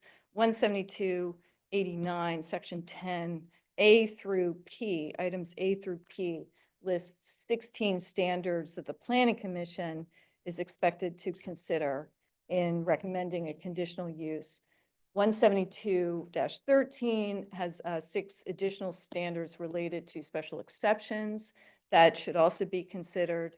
And then 172-89C has 10 standards that need to be met for the Board of Supervisors to approve a conditional use. So it's a total of 32 standards, and there is quite a bit of overlap across those 32 standards. Now, in your opinion, are those standards and criteria met by the proposed Boron Logistics Center? Yes, in my opinion, they are. And am I correct that in your report, you address each one of those standards or criteria, the 32 that you just talked about, and explain why you believe they are met by the proposed logistics center? Yes, and it's about a 12-page report. I hit on each of the items. There is some repetition because across the different standards, similar aspects are expected to be addressed. Now, rather than have you go down and address each one of those 32 standards and criteria, some of which are duplicative, as you say, are you able to give us a summary of your conclusions for the board? And then if the board would like you to address any specific items in more detail, you can do so. But could you sort of summarize what those standards cover and what your feelings are about how this meets those standards? Sure, and I'll say that first off, by making the logistics center a conditional use in the C2 district, that I would argue that there's been a legislative determination that that use is consistent with a C2 district, and with a number of controls put in place to ensure that the logistics center would be such that it would be appropriate within that district. Okay, so I talked about the different sizes. So a conditional use, as Don had mentioned earlier, is a form of permitted use legally. The more specific and objective criteria for a logistics center are in the ordinance I mentioned earlier at 2024-06, especially section 172-75.2, which looks at the conditions related to a logistics center located within a lifestyle village. So that section really addresses the specific and objective standards. And again, Don had gone through these, but the minimum and maximum gross floor area minimum and maximum tract area of a logistics center site between 5 and 6 acres, maximum gross floor area at 80,000 square feet. It specifies setbacks. It specifies a building coverage not to exceed 30%, that the building should resemble, the exterior of the building should resemble an office, puts restrictions on time of delivery, on what can happen outside the building. So that these are, within that section, I would refer to those as the specific and objective criteria. The more general and non-specific standards are in those other sections that I mentioned, 172-19, 172-89, 172-13, which are the special exception standards. So in general, again, without going down through all 32 of those standards get into issues around some of the very general, that will this use have a detrimental effect on health, safety, and welfare of the public? It asks about considering impacts on the immediate neighborhood, on general compatibility, on impacting the character of its immediate surroundings, whether the use is accessible to police and fire protection, if it has access to water and sewer, what the impact might be on other public services. It asks about parks, fiscal impacts, and it gets into issues around the consistency with the comprehensive plan And I will say, in regard to the comprehensive plan, while the comprehensive plan, like most plans, doesn't give specific recommendations for that site, it does specifically say that that site should remain commercial. It asks about adequacy of traffic access ways, pedestrian and vehicular circulation, adequacy of drainage, impacts on natural uses, the suitability of the use for the site, and then other types of impacts like traffic impacts, which we've already talked about a lot tonight, and other types of visual impacts. So it's a very comprehensive overview of some of the impacts of this property and how they will have larger impacts on the surrounding area within the township. Okay, and in your opinion, this proposal as described in the testimony thus far and as indicated in the land development plans that were submitted, in your opinion, meets those standards? Yes, in my opinion, this proposed logistics center satisfies all of these general criteria. Is there anything that you would like to add, Dottie? I don't have anything specific to add, but I'm happy to answer any questions about any of the specific standards if there are. As this is presented to us, it's a single-use building. In the future, just playing devil's advocate, if something happens, what can that building become? I mean, we put in restrictions that it's a use, it's a logistics center. But you mentioned the last mile. Is there a chance that that could turn into a last mile warehouse? Well, I wouldn't say it would be an impossibility, but there could be that it would be an impossibility. But controls could be put in place that it would be treated as a conditional use and then would have to come back in front of the board. So were you saying that, I mean, I think one condition, the condition that was recommended from the planning commission is that any change in use would have to come back for conditional use approval. Are you? I think that was a condition. It was a condition that was recommended by the planning commission, which I believe this board will most likely also impose. Are you also saying that you would recommend a condition that any change of tenant would also be, would have to come back for conditional use?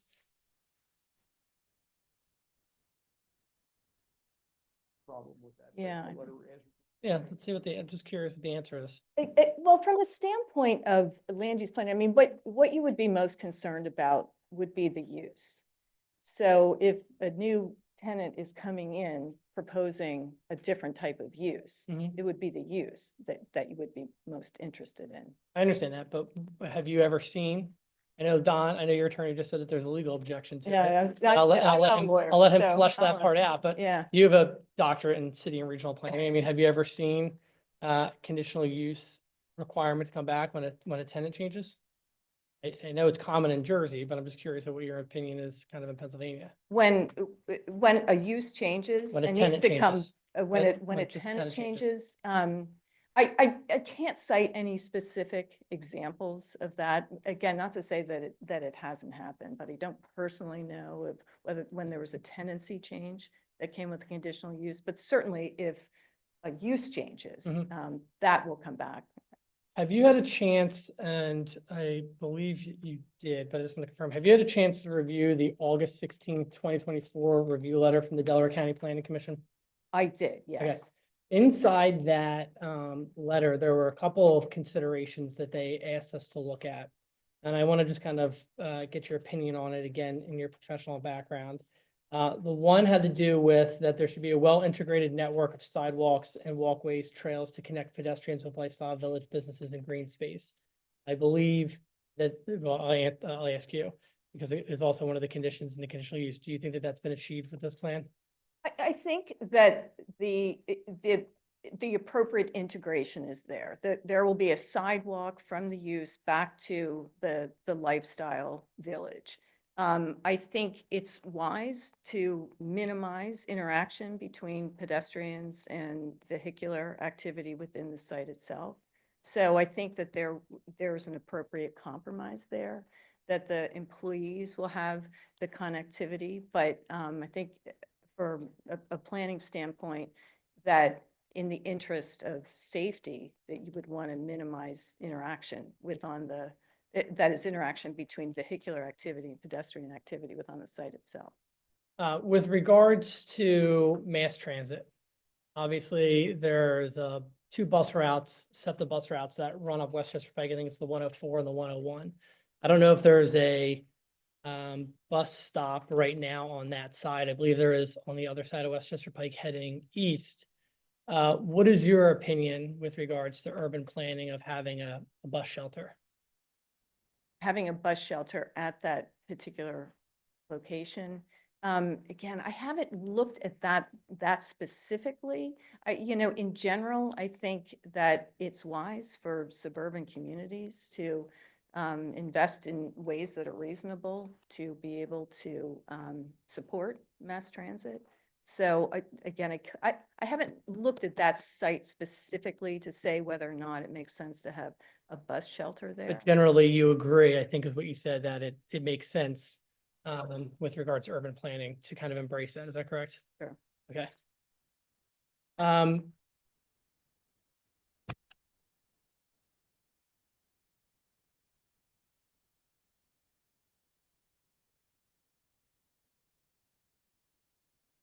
I don't know, I'll ask you this because it also has to do with sort of planning.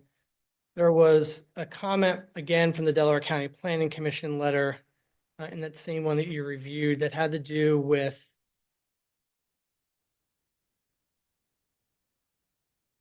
parking lot screening.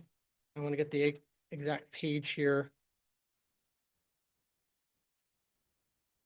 It said that the proposal does not appear to comply with the screening regulations as established within the municipal code. And it talks about low-level screen for parking lot that is composed of plants and trees not less than 2 feet in height and spaced not more than 5 feet apart. This is on page 3, just in case you need it. The plan indicates a row of trees spaced 20 to 35 feet apart between the proposed parking lot and the road. Since the proposed parking lot is across from the street from a residentially zoned parcel, staff recommended that additional screening be provided for the parking lot in the form of a row of shrubs arranged to form a solid hedge. I guess as I interpreted that comment, I did see that comment, that they were requesting additional screening beyond what was required in the ordinance. My understanding is the landscaping is consistent with what's required in the ordinance, but they were requesting additional screening. Well, no, it's actually the opposite. It actually says it doesn't comply with the screening. Our ordinance requires, the way that they're writing it, more than what is provided already. They were looking for some low-lying shrubs. Yeah. If going in between. Okay. 1B. Yeah. Do you agree with the recommendation of the planning commission?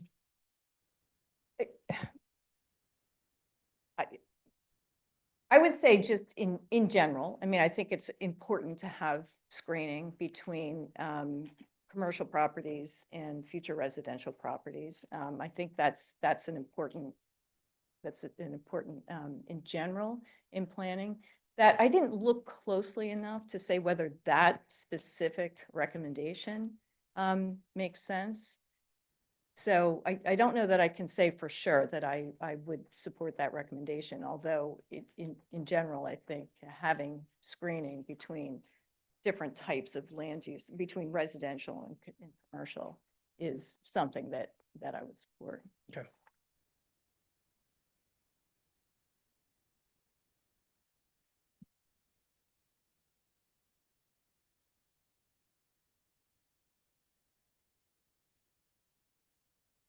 Any other questions from the board? No. Don, do you have any redirect or anything? Thank you very much.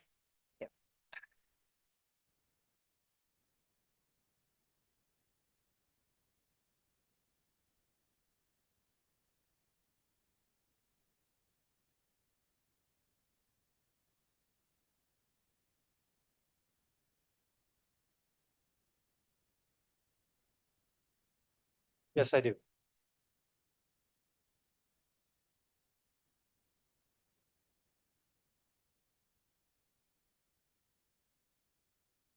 Don, I'll save the colloquy. We've seen Mr. Stratton before. We know that he's testified before this board and others, and we'll admit him as an expert. Okay, and we have a copy of his CV as Exhibit A Yep. in the packet. So I think it may be actually A7. Have you previously, well, you've already been accepted as. He's been accepted as- We'll skip over. Did you prepare a set of preliminary final land development plans for Boron at Marville dated July 22nd, 2024, revised September 25th, 2024, marked Exhibit, one is A8 and one is A9. I think the board's looking at A8, which is the set with the review letter was issued on. Yes, I did. And the Township Engineers Review Letter was dated October 18th, 2024. And that was the plan which the Planning Commission recommended approval for as well. Is that correct? Yes. Subject to addressing the review comments of the Township Engineer. Did you submit a response letter addressing the Township Engineer's review comments of October 18th, 2024, along with plans revised November 4th, 2024, and related materials as detailed in your response letter? Yes. And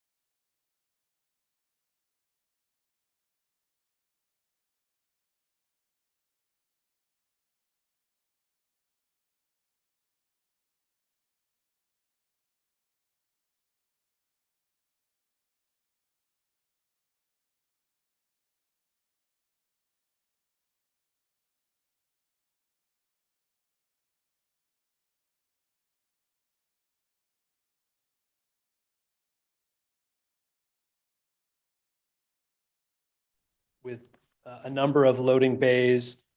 And there is landscaping, there is proposed lighting, and there is proposed stormwater management. The building sits level. It's all one story, all one finished floor. There is a portion of the building in the southwest corner that has a 18-foot exposed foundation, but that's limited to that one back corner. And there is an emergency fire lane that continues behind the building to provide emergency access to that third side of the building per the requirements of the fire marshal. Okay. Have you also reviewed the general standards and criteria for conditional use approval as set forth in sections 172-19, 172-89, and 172-13, which were addressed by Dottie Ives Dewey in her report and in some of her testimony tonight? Yes, And in your opinion, are those standards met where relevant? yes. I'd like to direct your attention to a few of those standards and ask your opinion about whether the proposed logistics center meets those specific questions. In your opinion, will the proposed logistics center be readily accessible to police and fire protection? Yes. And can you elaborate on that just a little bit? So as I mentioned, the site is accessed from Alice Graham Boulevard. Alice Graham Boulevard connects to Westchester Pike. Emergency vehicles, fire trucks, police, ambulance can access the site from Alice Graham Boulevard. And we've provided a vehicle turning analysis, which proves that the fire ladder truck can access 3 sides of the building. Okay. In your opinion, does the proposed logistics center make adequate provision for safe and efficient pedestrian and vehicular traffic circulation within the boundaries of the logistics center site? Yes, And in your opinion, will the proposed logistics center site be adequately drained without adversely affecting adjoining properties? And will slopes and grade on the site be adequately protected against erosion? yes, In your opinion, will the proposed logistics center unduly interfere with or adversely affect natural resources on the logistics center site? no, In your opinion, is the proposed use physically suitable for the site? yes. Now I'd like to get you to address some specific requirements in the ordinance, and these are primarily in the C2 regulations. Is the tract area for the entire proposed lifestyle village on which the logistics center is a part at least 55 acres in size? Yes, Is at least 50 acres available for lifestyle village uses other than the logistics center? yes, And does the logistics center site have a gross tract area between 5 and 6 acres? yes, And the gross floor area of the logistics center building does not exceed 80,000 square feet, does it? I will repeat the question in French.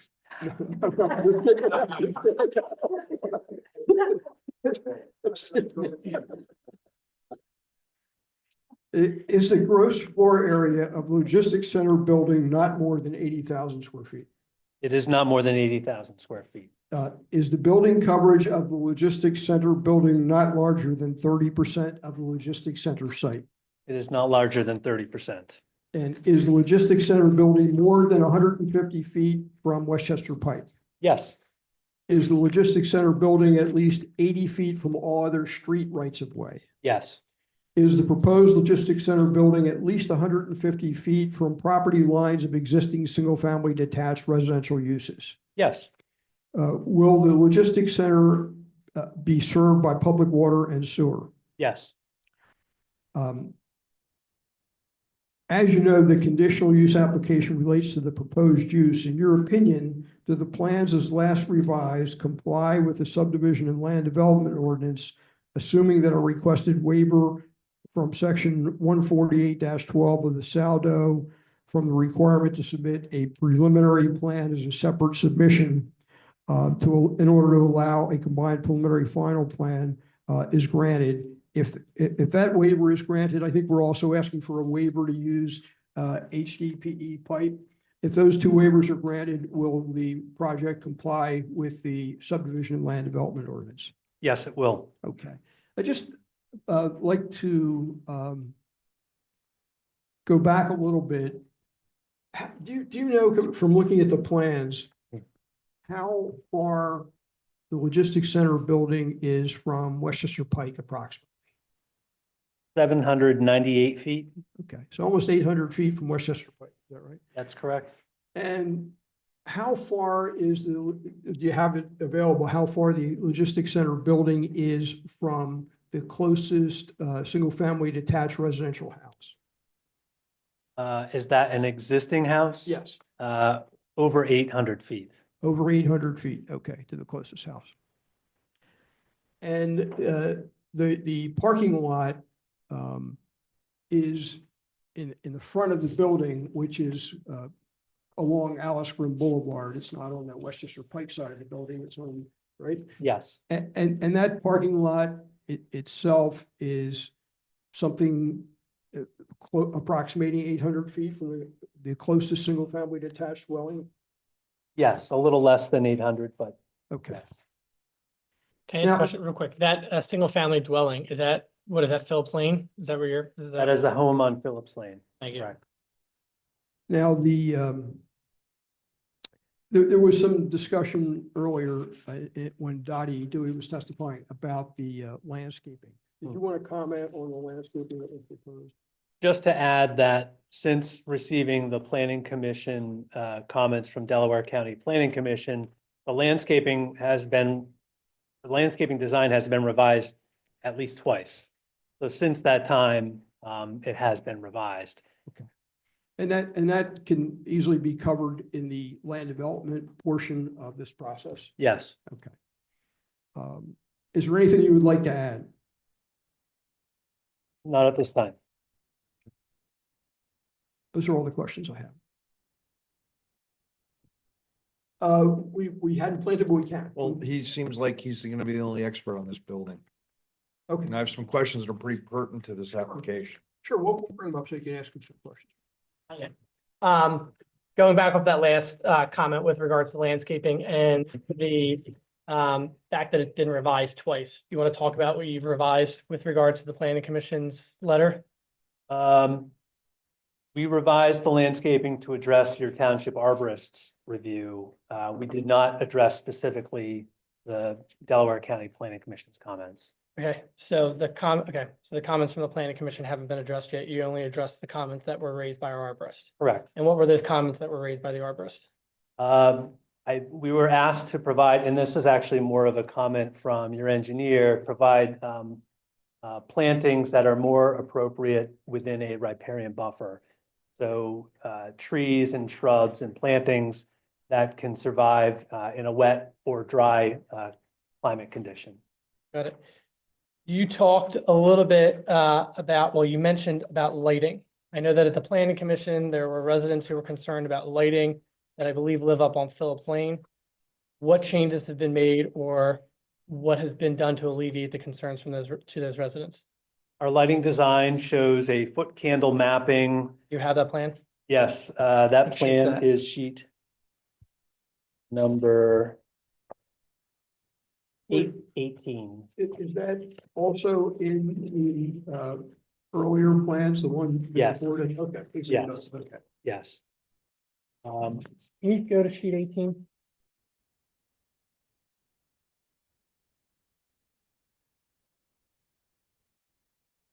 Can you have her go to sheet 18? Oh, it's frozen? Uh-huh. All right, Rich, you can start, keep talking about. So I have a copy here. The foot candle mapping basically measures the amount of light being shed by the light posts that are proposed for this site. And the goal is to have zero light bleeding off your property.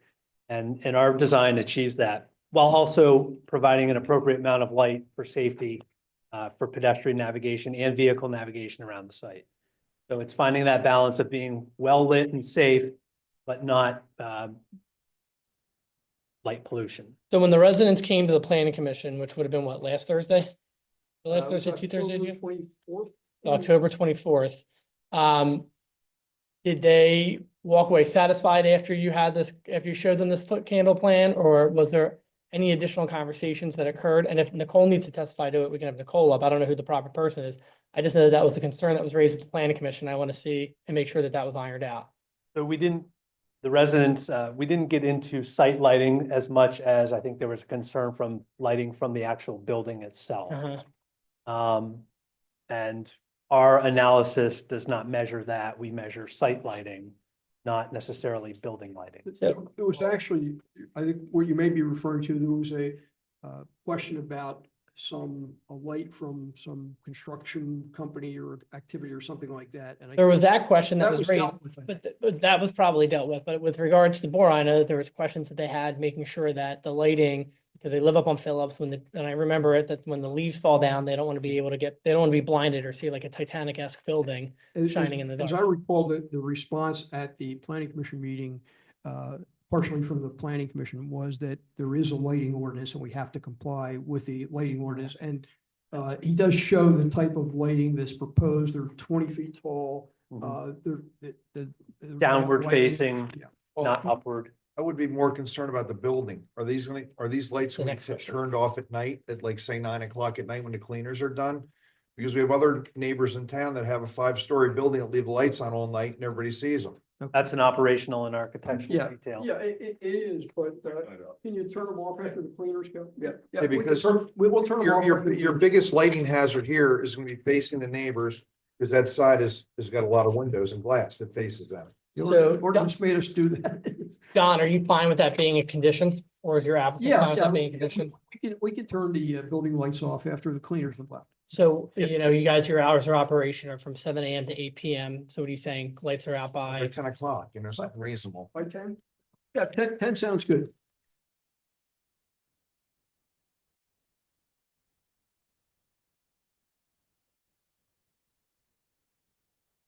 Rich, you talked about stormwater, or kind of glossed over on stormwater. I know that this is and I appreciate that Boron moved it from the riparian, you're now complying with the riparian buffer. Originally, you guys were 40 feet, now you're the 50 feet, and you comply with the previous stormwater ordinance that the township had. This is obviously next to a tributary of Reese's Run. We have heard from residents prior that are downstream from that are subjected to a lot of flooding, flash flooding, issues like that. Can you talk a little bit about what this plan will do to alleviate the concern and or the net increase of any stormwater into Reese's Run? Yeah, your stormwater management requires us to manage stormwater so that it's either equal to or less than what's occurring in existing conditions. Our design achieves that. We collect stormwater on site from both the roof and the parking areas. It's collected in inlets, and then it's put into subsurface infiltration basins, which that water soaks into the ground, and the net runoff off the site is either equal to or less than what occurs today.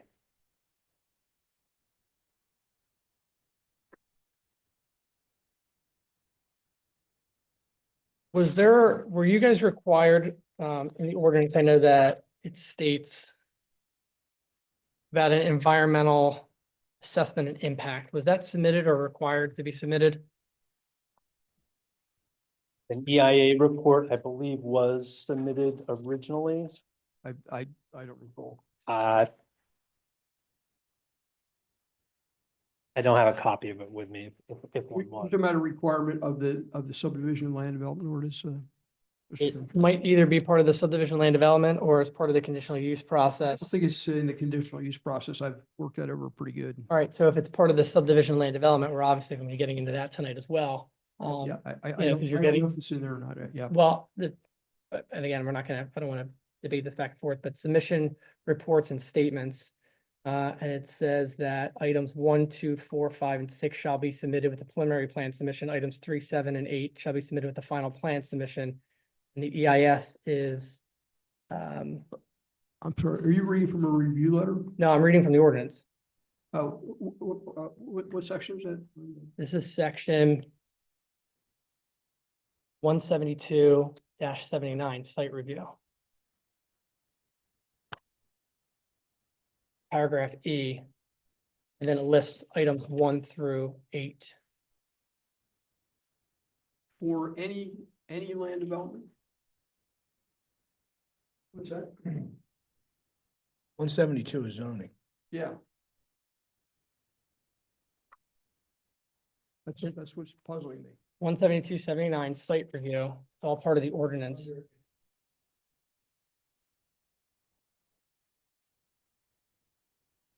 Well, I'm reading it out of the ordinance that ordinance 2024-06, Okay. just letting you know. Now, 79 of the zoning, that's the zoning ordinance under C2. Uses.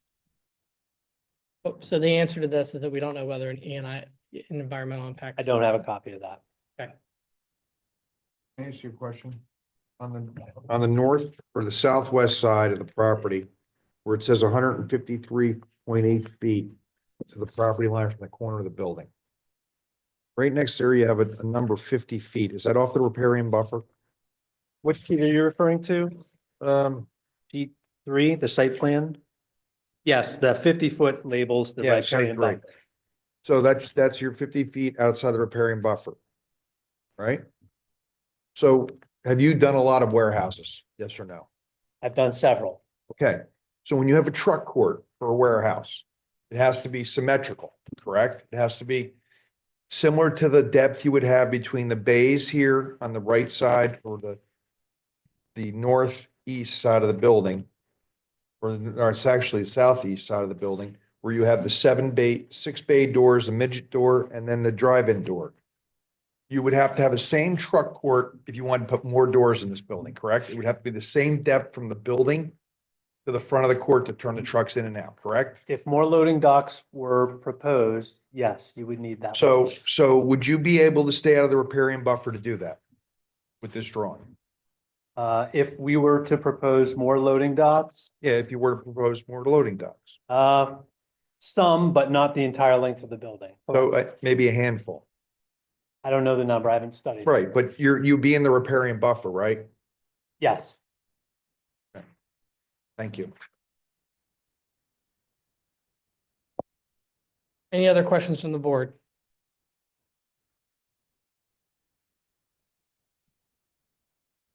Don, and I apologize, I think you might have asked him this, but I know that you guys revised the plans based off of Eric's most recent review letter, but is everything in there minus those 2 waivers and will comply essentially? Yes. Yeah, I think it was an issue, we were hoping not to have to, frankly, to do the bus shelter, but, yeah, I think it's, we were hoping not to have to do the bus shelter. I think that was I mean, I think I look at that as more of a land development issue, but that was one thing that. Yeah, we keep saying it, things are land development, but we're approving both tonight. We're doing both conditional use and land development, so, but we're just presentation wise, we said at the beginning, we were gonna flush them all essentially together, and then when we go through the approvals, we'll be separating them out. So, I mean, we can talk about them during the land development aspect of it if we want, but. And we're going to deal with the zoning conditional use aspect first. I understand that, but And then, we've been talking about both items collectively. Yeah, correct. well, letter, I mean, I'll bring it up again after we vote on the conditional use, No, I'll bring it up. I'm not arguing about that. I just meant that, I know in Eric's review letter, there was a comment about the bus shelter, and that was an issue that my client had a problem with, about bus shelters in general, because I haven't met a developer yet that likes them because SEPTA won't take them. If SEPTA would take them, it would be wonderful.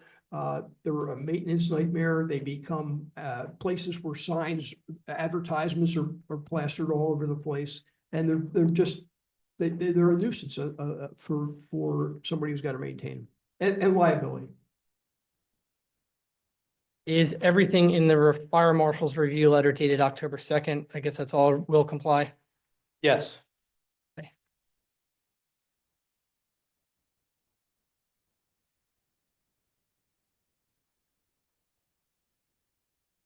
Okay, any other questions from the board? Mr. Petrosa, we are done with him if you are. Yes, so just move for admission or exhibits. That's it. Without objection. Speak to the architect. Yes, I want the yes, architect. yes. With regards to, but to just make sure the record's clear. So exhibits A1 through A9 without objection, they're admitted. Thank you. Brian Clements, would you please come up?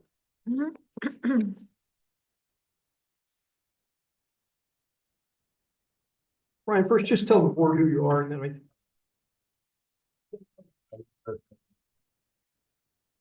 Yes. Hi, good evening. Brian Clemens. I'm with D2 Groups Architects, located in King of Prussia, Pennsylvania. I am a project manager, overseeing the project here for Boron USA Logistics Center. Here tonight to represent and to be part of the team here with my client Fabrice, who with Boron. And Brian, just, it's BRYAN Yes, and it's CLEMONS, correct? correct. it's on your personnel list. Yep. Yeah, Mike. I just have some questions related to this particular building. Well, real quick before you do that, Don, do you have any questions for him or are we okay to No, go? All right, go ahead, Mike. Have you done more than one building in industrial space? I have, yes. Okay. So you know that this is not the typical building design in the industrial logistics space, correct? Correct. This is an anomaly, I would say more of a hybrid. or a hybrid, whatever you want to call it. Okay, so I have a few questions. Sure. Is this tilt up or precast? This is going to be precast insulated. Okay. So typically, this building here has a lot of extra glass space, correct? You said glass. Glass, it looks more like Yes. a office building type of Correct. motif To comply. versus a logistics / warehouse space building. That's correct. I've built over 3 million square feet. I've never put this many windows in all my buildings put together. Okay, so my question to you is, that being said, Mhm. Fabrice said that he's gonna have 2,000 square feet of office on one floor and have a second floor. Correct. So he's gonna have, out of the 78,000 square feet of building, he's having 4,000 square feet roughly of office. Correct. Correct. So the rest of it's gonna be warehouse. Correct. Okay. So again, let's go back to the floor. Well, you don't really have a floor plan, but we have a site plan. So we have a building that has about a quarter of the doors on the south east side of the building. Mhm. You have 6 doors, full-size doors. I don't know if they're 10 by 10, 12 by 12. There's some, I don't know, some small door that I'm not sure what that even is used for, and a drive-in door, correct? Correct. Okay, is that typical of of a building of this size, in this space, in this logistics warehousing space? Would you have another building that looks like this typically? Well, I'll answer your first question. The building use and for what it's designed to do, that is the adequate amount according to the process in which Boron will be using that shipping and receiving area. The drive-in's important and the smaller doors serving as a trash or a area to bring things out there. So So this is unique to their use. very unique. Yes, sir. Would a typical building of this size on that plane, that Mhm. whole side of 400 and some feet, would you have that many doors or would you have many more? You typically have more, Closer to 30 some doors. roughly, yeah, depending Okay. on the space. So my question then is, Mhm. if this building here is designed to look like an anomaly, in my opinion, or hybrid, whatever you want to call it, very unique. Mhm. The doors are configured for his use, which controls his throughput, which brings it way down. The amount of traffic he can have. He has a use next door and a use over here. So my question is, this was designed specifically for his use. That's why it only has the 6 full-size doors, the 1 trash door and the 1 drive-in door. Yes. That is not typical of a building of this size. In my experience for 80,000 or just under 80,000, yes, this is a very Right. unique. So now his use is unique. Because anybody else in the warehouse or logistics space needs to move everything front to back, not all the way down 400 feet down to the doors. So it's very unique to his use. It's not easily adaptable to a reuse of somebody else. If he Correct. decides to, or they go out of business 10 years from now and someone else is going to take this building over, they're kind of fixed with this space Yeah. because we're confined by the riparian rights Correct. on the one side. So the truck court can't support more doors past maybe another 3 or 4 doors. You can't get traffic around the building because of the riparian. So you have a dead end building that minimizes the amount of traffic that can be generated by this particular building? Yes. Thank you.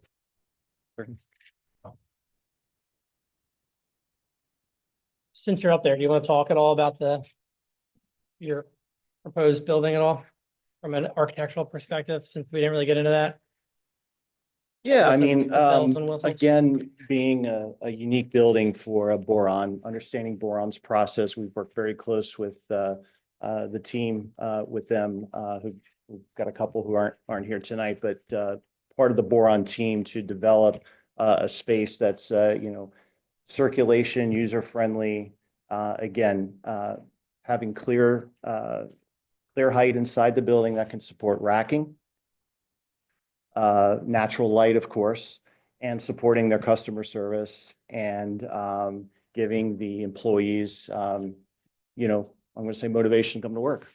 I think overall, the building sits nicely. I think in the site where it's been placed, we are limited for expansion, as mentioned, with the dock doors and having site limitations. But I don't think that's going to stop this building from having boron be very successful and doing what they're doing here versus trying to do it in two other buildings that really don't function as well as this building will function. So very supportive of it. I think at the end of the day, it's going to be a nice asset to the site. And I think when further development on the site, I think it's going to blend in very nicely. And I think a logistics center of this size proportionally, I think once the entire site is developed, I think it'll sit naturally and be welcomed. Any other questions for Mr. Clemens? One other question. Mhm. What kind of fire sprinkler system do you have in this building? That is going to be an ESFR system, K22.5. I just found out. So Thank you. very robust. Any other questions for Mr. Clemens? No, thank you. Thank you. You're welcome. I do have just one question again for Mr. Stratton. I'm sorry. Rich, can you, with regards to the retaining wall, there's a 14-foot retaining wall and other site features within 2 feet of the proposed 40. This might be the old one because now it's 50 feet. Yeah. 50-foot repairing buffer, which does not, our engineer says, which does not appear constructible without encroachment in the buffer. Has that item been removed? Like, what's the status of that the retaining wall, and how far away is that from the buffer? Right, so the bottom of the wall is still within a couple of feet of the 50-foot riparian buffer. And where is that on the plan? So that is shown on the plan at the southeast corner of the building. If you can find the loading dock, there's a thick black line which kind of extends down, and that area kind of allows the trucks to make their Right here? movements to back in to the loading dock area. There's a thick black line there. Yeah, okay. The bottom of that wall in some spots is as close as 2 feet to the riparian buffer. But we are told by both the wall designer and people who build these walls all the time that disturbance can be limited to just the wall only. And the 2 feet from the buffer is, while it's small, it is enough room to build the wall and not disturb the buffer. Okay. Mike, you have any comments on that? I'll just I mean, point he out, has they, to work in it their out, most adjust recent the submission, field. He has have to adjust provided it. plans from the wall designer, yeah. Yeah, we have a wall design which shows a cross section and. And Eric, have you seen that plan?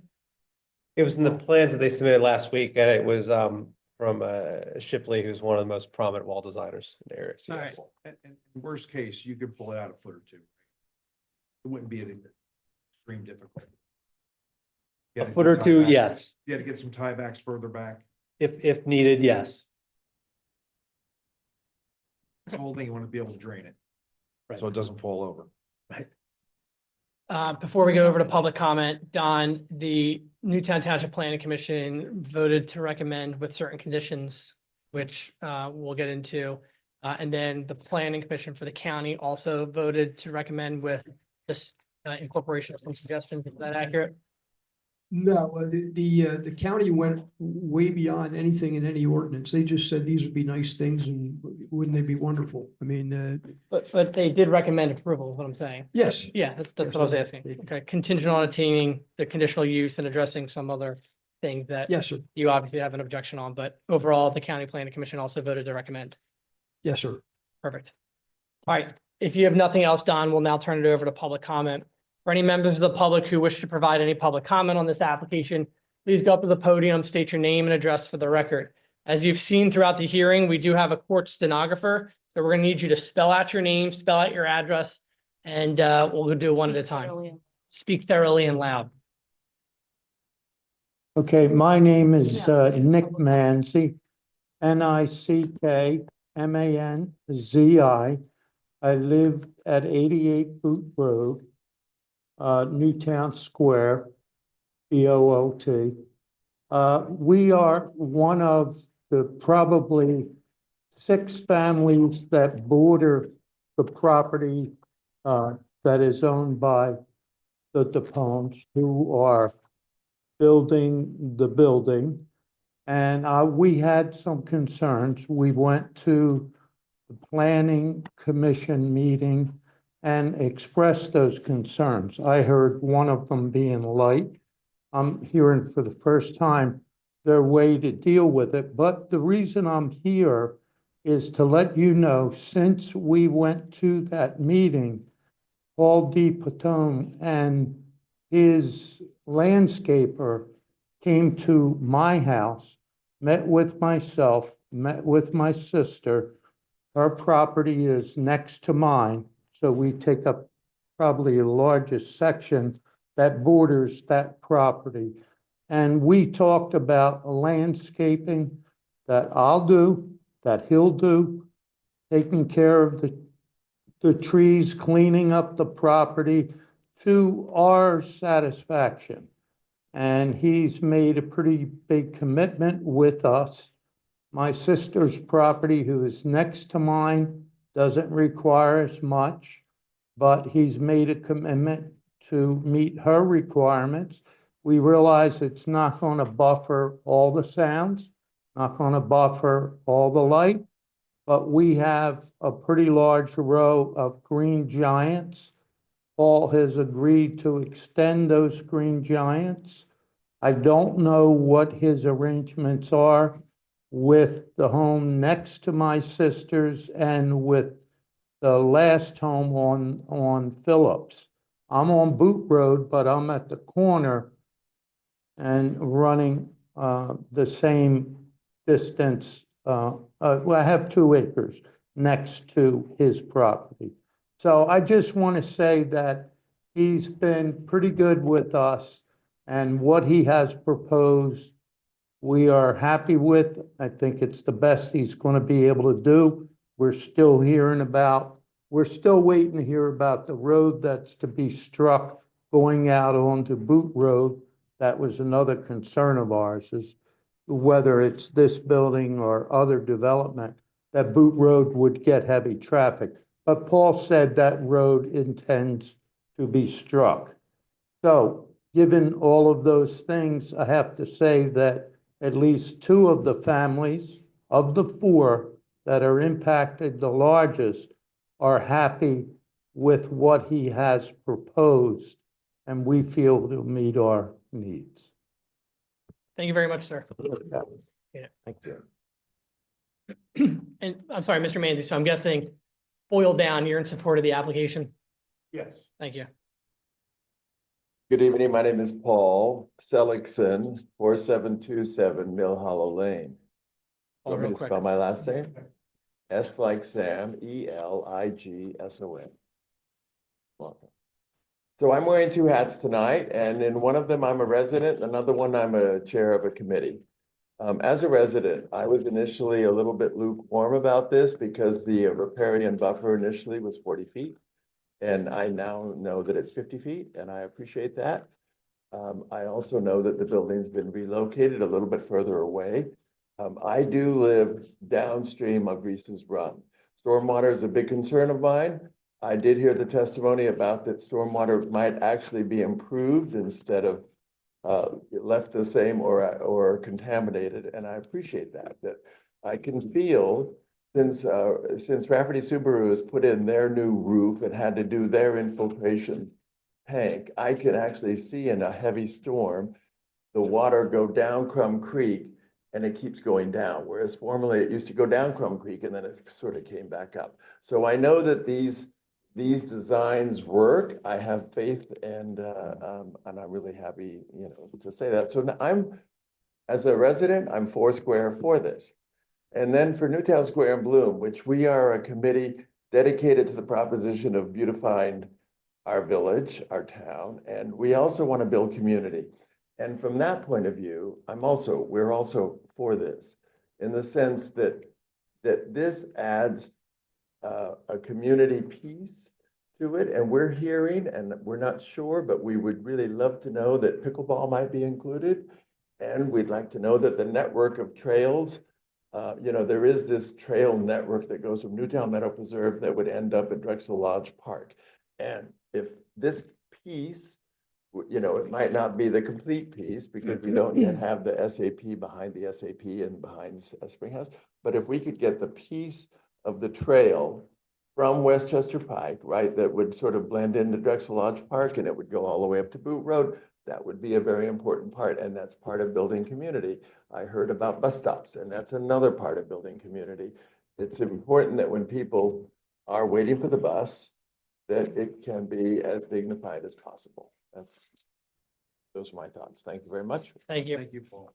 So Paul, just to confirm, foursquare for it, you're in support of it? Yes, on both counts, resident and Newtown Square and Bloom. Perfect. Thank you very much. Any other residents? Debbie Warden, Warden. I'm Paul's neighbor at 4723 Mill Hollow Lane. And I think it sounds like a fantastic option for that property. I am concerned about stormwater management from the entire project, not just the Boiron, but everything that comes in there, because Reese's are running our driveway. It could really be a problem for us, so I'm hoping that everyone pays attention to that. So thank you so much for a great presentation. Appreciate it. And Ms. Warden, so you're in support of the application? Thank you. Any other residents?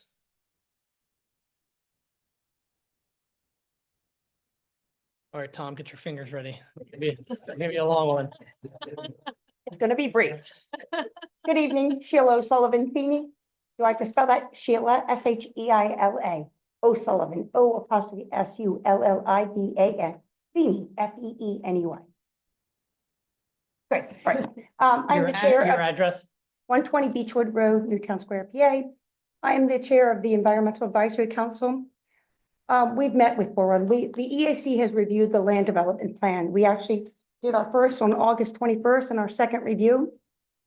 We're really grateful for the applicant because they listened to the concerns of our residents and to our EAC, and they modified their plans to come out of the riparian buffer. So we were really delighted because that was a big win, because we knew we were going to have to fight you hard, and we're grateful that you listened to, especially because of the residents that are downstream from this. Reese's Run is greatly being impacted. We saw pictures of the damage. So we're thrilled that you listened to that concern. And more importantly, when we looked at this application, we knew who the company was. Now we know the developer is one person, but Boron themselves, this particular application, and although we have not looked at the entire application, which we personally would have preferred because we'd like to have the full shot, but because we're looking just at Boron has been in this community and their actions and their words match. They are identified as one of our green business leaders. And you know me, I am never up here promoting a business to come in on, I'd rather open space, trees and everything else. But if anyone's going to come into this community and do it well, it would be Boron. This is a company who right now in their Newtown Square, they're solar, they're composting. They're doing a land to meadow conversion for their grass. They also have their water station for their employees. They have an internal pathway for their employees. They honor green space. They're a smart building, and this is really cool. They're heating and cooling, but more importantly, their words, actions match up. They even have bamboo toilet paper, which is just to show you how committed they are. So I'm saying that because we appreciate that. We It's for the environment, Leonard. You have to take one for the team. We are asking, though, the developer, we would beg you to consider that in this particular, we feel comfortable with the design because we know the developer Boron will be behind it. We're really asking you, though, to kind of come in with conservation by design. Look at sustainability in the overall plans for this development. We're asking you to protect and respect the riparian buffer, develop the wildlife corridor. I mean, there's so many things. Do you know that that's our watershed? That goes right into Springton Point. This is people's drinking water. So everything you can do, it's imperative. I'm not joking. We're all in this together, okay? I'm gonna be dead one day. I have grandchildren that I want to be able to. Sheila, just keep addressing us. No, but it's really important. We're in this together. Everything we do really impacts our community, our lives. This is a quality of life issue. So although we appreciate Boron and we support them and this thing, we really want to make sure the developer is held to the highest of standards, and especially with the other developers, we'll be looking at them closely. But the EAC is supportive of this initiative. Thank you very much. Cindy Mahalo will be up to give part 2.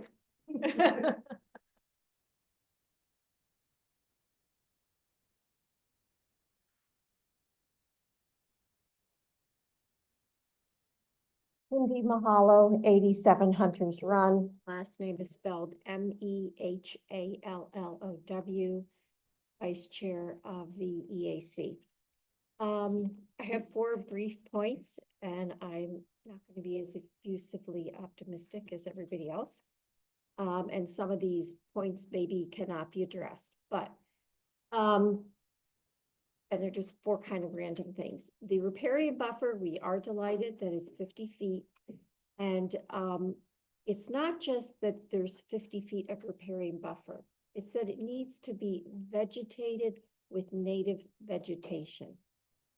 And that includes a complete plant community of trees, shrubs, and low-growing perennials or grasses. That is what will make this 50 feet buffer effective and actually perform the function that it's supposed to form.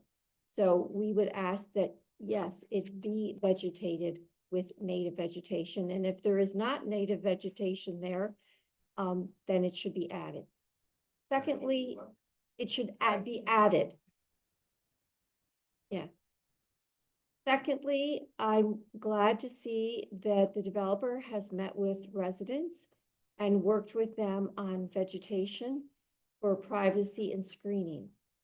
I believe the neighbor said that Green Giant was arborvitae, was the proposed evergreen. Arborvitae is very prominent in many of this developer's developments. Very prominent. It is not a native plant. It is, when used extensively and exclusively, it creates a monoculture, which offers very, very little contribution to the habitat. Third point, the architect Clemens said that he was commenting on the attractiveness of the building. And he said, yes, I think it will sit nicely with the rest of the site when it is developed. And just to point out something we all know is that at this point is pure speculation, because I believe the township has never received a complete plan for the whole lifestyle village, which, as I understand, that's how lifestyle villages are supposed to be developed. Fourth and final point is Dottie, the urban planner, agreed that she said, yes, a lifestyle village should be pedestrian friendly. And if I'm not mistaken, in many of the past meetings where lifestyle villages have been discussed, the concept of being pedestrian friendly has repeatedly come up. And being pedestrian friendly to me includes both sidewalks and trails.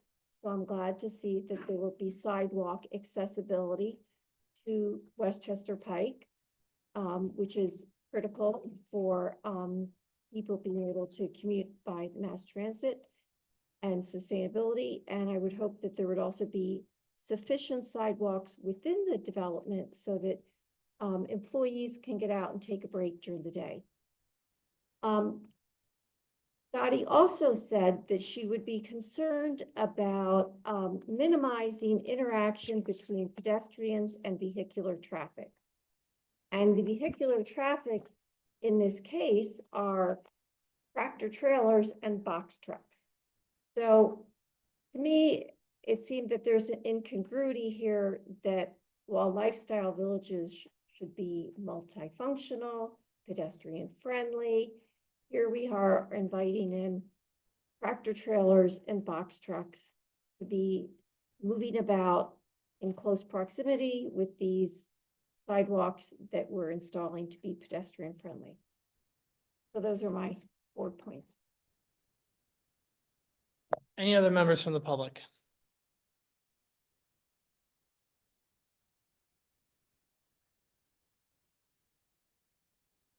Hello, my name is Donna McCole, MCCOLE, and I live at 32 Surrey Drive, Newtown Square. Grew up in Newtown Square, live in Newtown Square, own in Newtown Square, also sell Newtown Square as a realtor. So I guess a few concerns that I have with the project is, what is the full plan? So when I hear lifestyle village, I don't think of transportation center. And my concern is, what is the stop down the road? An Amazon Amazon hub coming in, or other micro center? Like, so if you prove this without the full plan for the lifestyle center, how does that? I usually don't engage in public, in public comment, but I just want to, Mr. Petrosa did talk about this in the beginning. The way that the ordinance is written is that it is limited. It's extremely narrow. So you have to have 55 acres of a lifestyle village. Okay. And there's only one space in the entire township that's a lifestyle village of 55 acres. It's got to be, there's so many controls on this that this is designed to really only go into this one spot. That's exactly how the ordinance is written. In a lifestyle village, and it can't be bigger than 6 acres and it can't be smaller than 5 acres. So it's there's many controls, so you can't just plop another one in there. And yeah, you'll never see a repeat one in the township. Because one, there's not large tracts of land anymore. That's number one. Number two, there's no other lifestyle village. And the way that it's written is that even if there is another lifestyle village, you have to amend the ordinance because you're only permitted one. And I know, like, the Board of Supervisors now and management, over the years, I went to the Ellis Preserve meetings and followed that. So that really changed over the years into what it is today. So I'm hoping that, it stays in the plan of what you're proposing. And for a short period of time, I did live in sort of a lifestyle village with an apartment complex in Exton. And it was very walkable. I would encourage sidewalks everywhere because people will walk wherever they want. Well, if they don't have the sidewalks or try to limit things, people will go wherever they want. They're going to be walking their dogs in the neighborhood. So I would suggest that you really fully prepare that, and whoever is managing the project, I would definitely suggest some type of bus shelter. As a realtor, I pick up, whenever I have a listing in Florida Park, I'm picking up the trash at the bus shelter there. So, I think there should be some type of management, and for the safety of people using public transportation, because as we know, there was somebody that passed away, a few years ago that worked at Taikuku. So I think we should, really plan for the safety of the future employees and, people, at the property. And what is going to be done for noise level at the property? That's one, because the way it's situated, that's going to really bounce noise up to Phillips Lane. So I guess the landscaping has been done, but that would be a question that, probably people would have as well. Thank you. That's it. Appreciate it. And like I said, I apologize for cutting you off. I just wanted to answer your question. I didn't know that. So Yeah. thanks. Could you give your name? Sure. Donna McCole, MCCOLE. And I'm lukewarm for it. So. Thank you. Any other residents? who wish to provide public comment? Wade Pollock, 108 Ridgefield Road. I'm the. Wait, spell your last name for the stenographer. Pollock. And it's 108. Ridgefield Road. I've been the chair of Parks and Rec for 5 years and organizing events 7. And one of the toughest jobs I have is soliciting funds from businesses. Boron has been the most generous. They've given us thousands of dollars over the years. Without question, the most generous business we have. So I support it. Thank you. Thank you. Any other residents who wish to provide any public comment? Any other resident? Oh.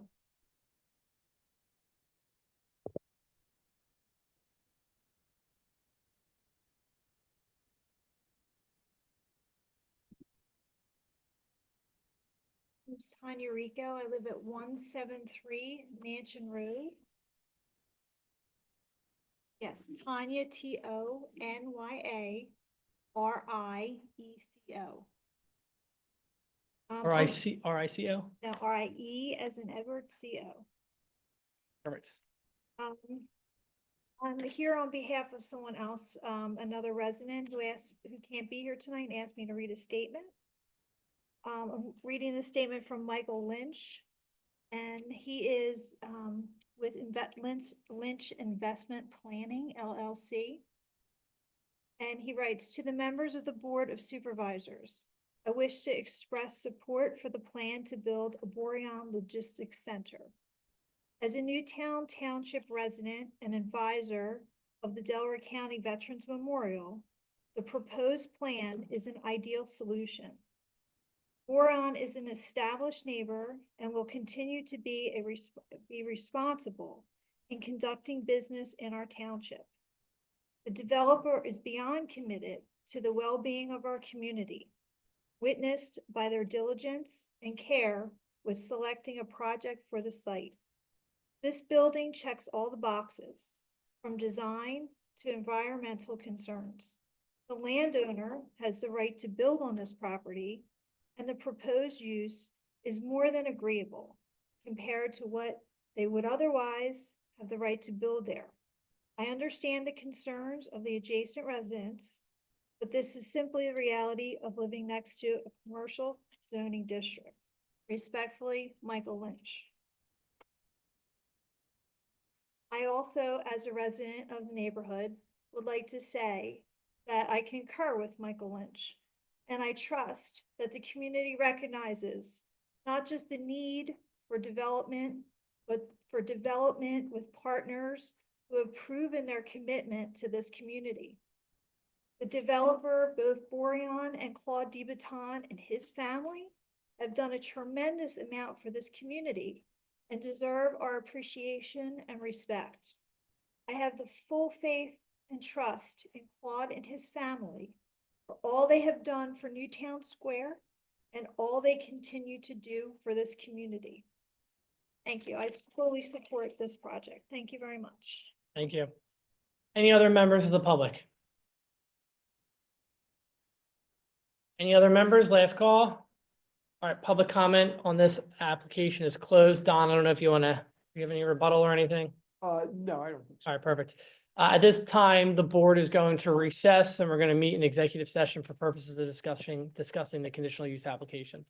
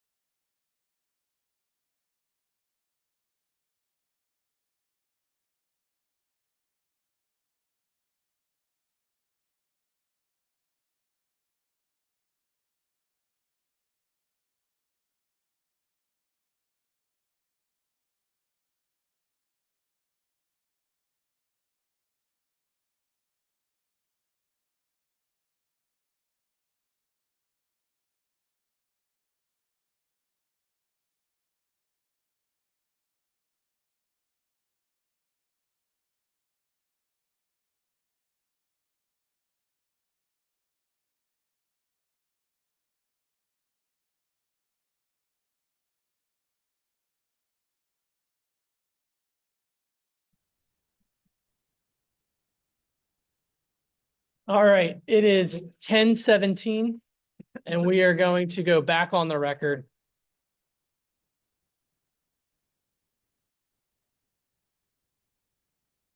And we're going to move down to item 16.1, consider approving resolution 2024-26, land development approval for 4605 Westchester Pike, the Logistics Center. Yeah, yep, keep taking this. You're good to go. So before the Newtown Township Board of Supervisors, finding of facts, conclusion of law, and decision. And now, this 12th day of November 2024, after a full hearing and after a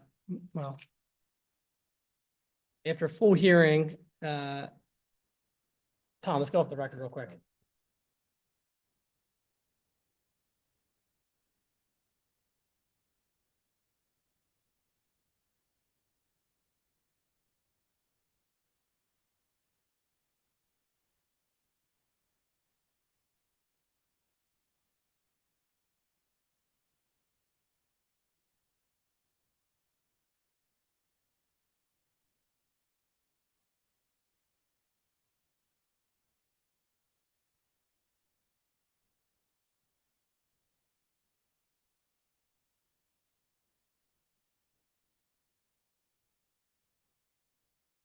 All right, we're gonna go back on the record. Sorry about that. That's 10:18. So I'm going to make a motion to approve resolution 2024-26, land development approval for 4605 Westchester Pike, the Logistics Center. And my motion is going to be as follows. The conditional use application for Joy 4 Newtown Village LP for permission to develop the aforementioned Logistics Center is hereby granted by the Board of Supervisors, subject to the following conditions. There shall be one tenant and or user of the logistics center and project site, and any change of use will require a new conditional use approval. The architectural appearance of the logistics center shall be generally consistent with the architectural renderings as set forth in exhibits A to A through E, with any change to be subject to approval by the Board of Supervisors.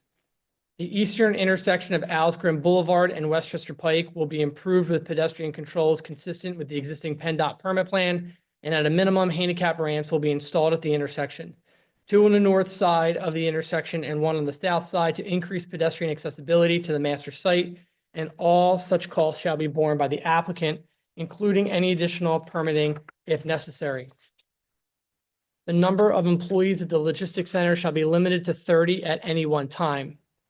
There shall be no manufacturing of product in the logistics center, and activities will be limited to shipping and receiving of its products, product storage, and order fulfillment, pick, pack, and ship, and supporting office activities.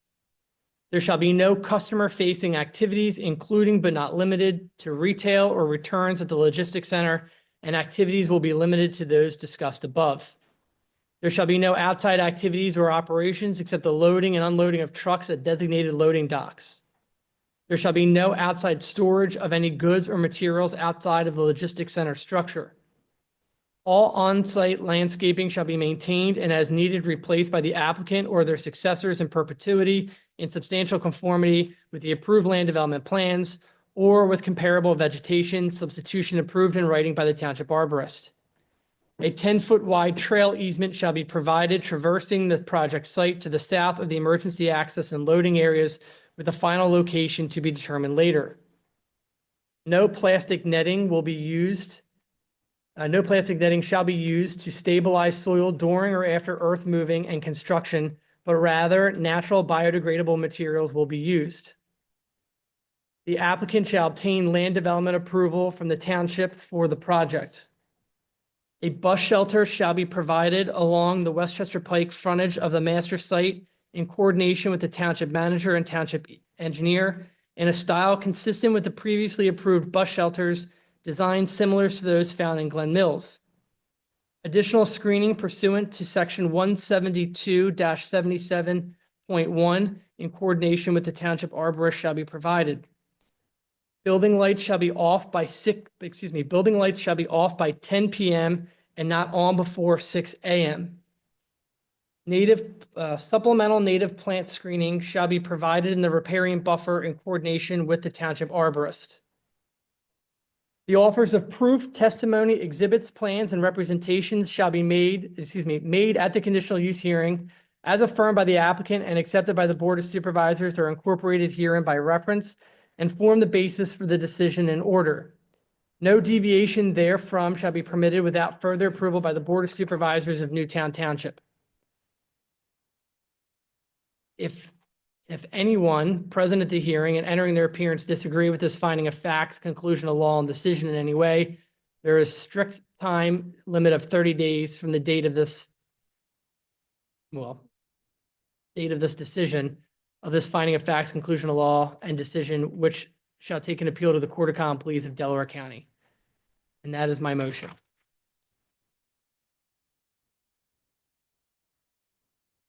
Second.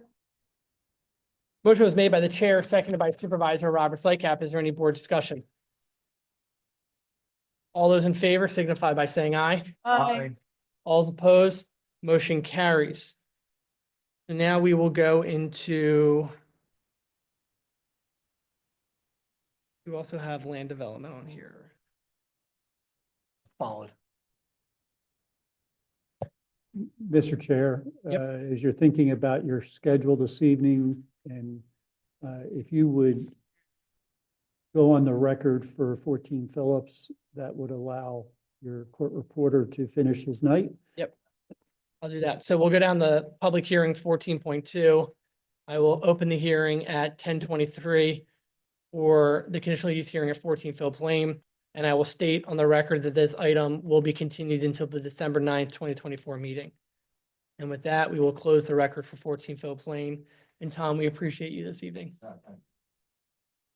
I will now move to resolution number 2024-26, preliminary final land development approval for tax parcel ID number 30-00-02848-10, tax map number 30-29-22:000 Alice Graham Boulevard, the Boron Logistics Space.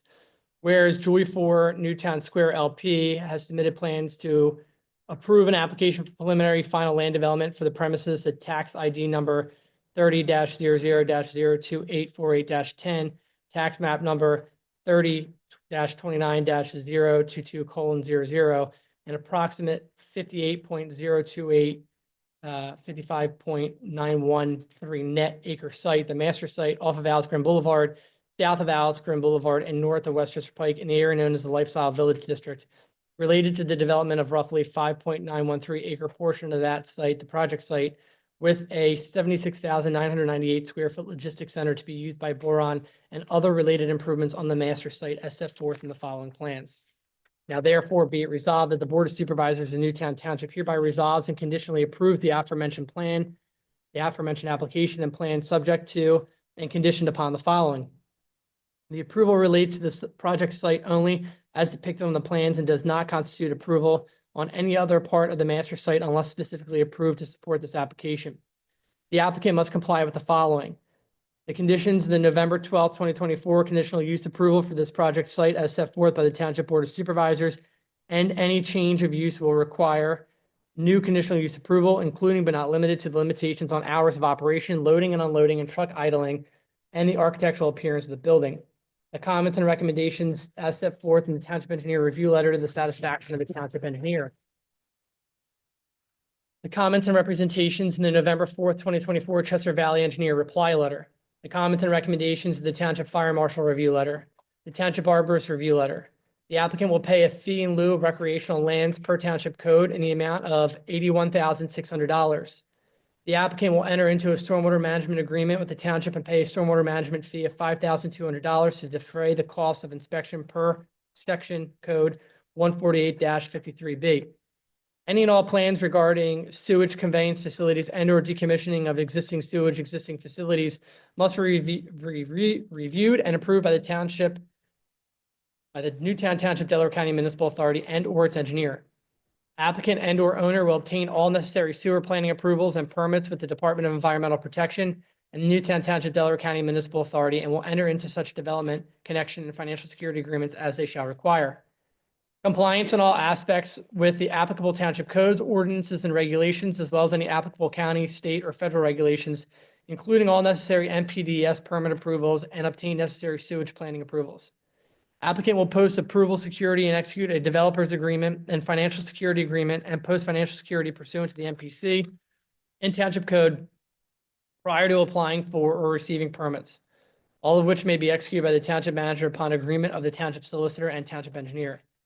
Preliminary final approval is contingent upon payment of all outstanding professional fees, escrows, replenishments within 45 days of approval, except as properly challenged in accordance with the MPC. A bus shelter shall be provided along the Westchester Pike frontage of the master site in coordination with the township manager and township engineer in a style consistent with previously approved bus shelter designs similar to those found in Glen Mills. Additional screening pursuant to section 172-77-1 in coordination with the township arborist. Building lights shall be off by 10 p.m. and shall not be on before 6 a.m. Supplemental native plant screening in the riparian buffer. Supplemental native plant screening shall be provided in the riparian buffer in coordination with the township arborist. In order to comply with the pedestrian-oriented requirements of the lifestyle village, the applicant has agreed to the following conditions. In addition to a sidewalk along Alice Green Boulevard, the applicant has agreed to provide a 10-foot trail easement to traverse the property from east to west to the south of the proposed emergency fire lane and rear loading area, with the specific meets and bounds to be determined later when the final trail location is finalized. The following waivers are also conditionally granted with this approval. Section 148-12 for joint submission of preliminary final land development approval. Section 148-43B4 to allow HDPE stormwater pipes. The township manager is authorized to sign any agreements on behalf of the township as necessary to effectuate this appeal. And that is my motion. Is there a second? Second. Motion was made by the chair, seconded by Supervisor Robert Lightcap. Is there any board discussion? All those in favor signify by saying aye. Aye. All opposed, motion carries. And you have your approval, Mr. Petroza. Thank you. All right, we're now going to move down to still with land development approval 15.2. Consider the presentation and discussion of land development waiver request from Polig Builders, excuse me.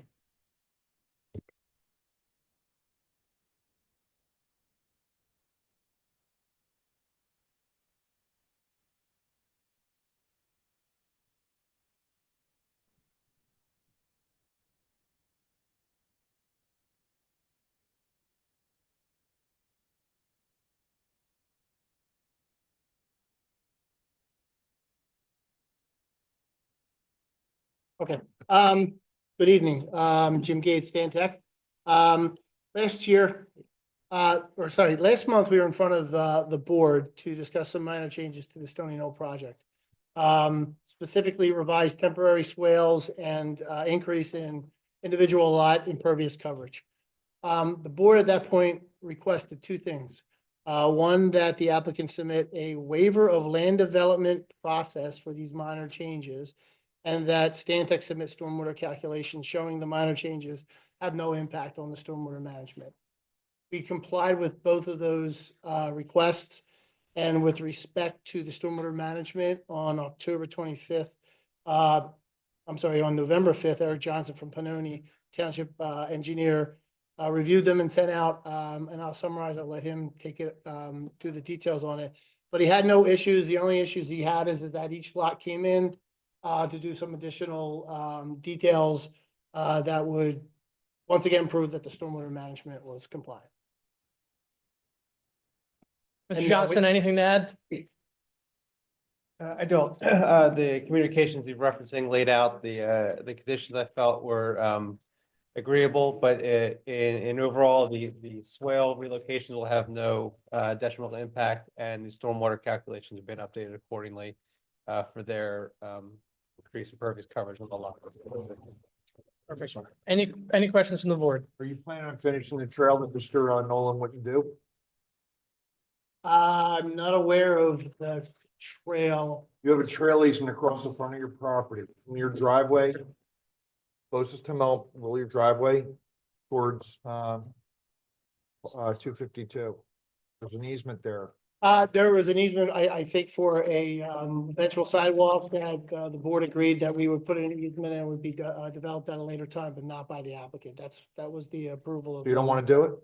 I have no control over that. I'm just the engineer. I'm just saying that that's what was Okay. approved. Well, is the owner here? Is the developer here? Yeah. So my understanding is the trail was to be constructed by the developer from the Melmark side to the street. And then from the street to the end of the property towards 252, it was an easement. Correct. Instead of just actual construction of the trail to be constructed later. What Mr. Russo is asking, is now that you know the scope of the development, the houses are bigger than everybody thought they were going to be. Now that you know the finances better, are you willing to simply extend the trail from the street to the end of the property? You don't think that the trail is beneficial for lot number one, so we would prefer not to do. So the whole thing tonight, you heard, you were here all night. Everybody wants more trails and more walkability. And you have your development is on a street with no sidewalk, and you're refusing to put the trail across the one lot. We do have a sidewalk. You have a sidewalk internal to Yeah. the. No, we're to the talking about street. on the road. Yeah, across the frontage of the property along Whalen Road.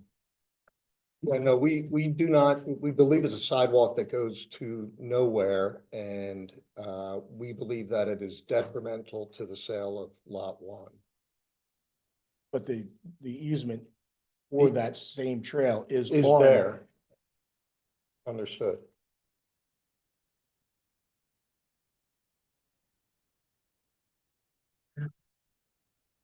What do you guys want to do?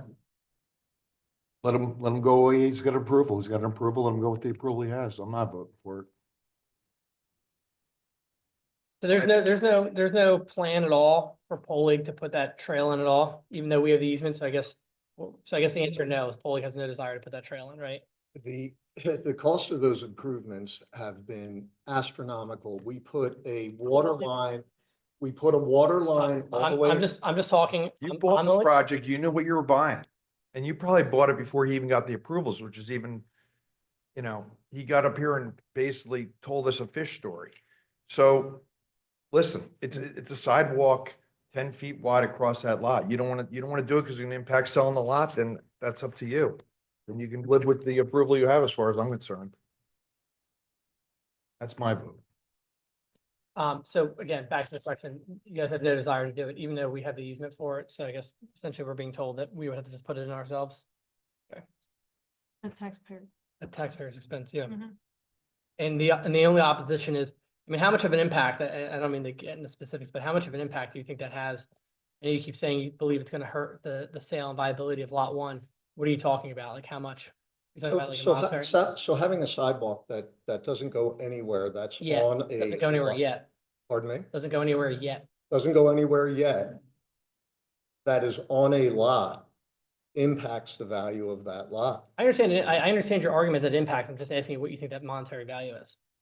I can't tell you what the monetary value the is. lot but what I across the can street tell has a you is, sidewalk. what I can tell you is that we are trying to sell properties out there, and anything that takes away or deviates from our ability to sell a property is not advantageous to us. But aren't you still gonna have to I'm also telling you that the economics of this deal and the improvements that we've had to put in are much more than we had anticipated. We've hit rock out there. We had to put a water line in that Aqua, quite frankly, didn't think we needed to put in.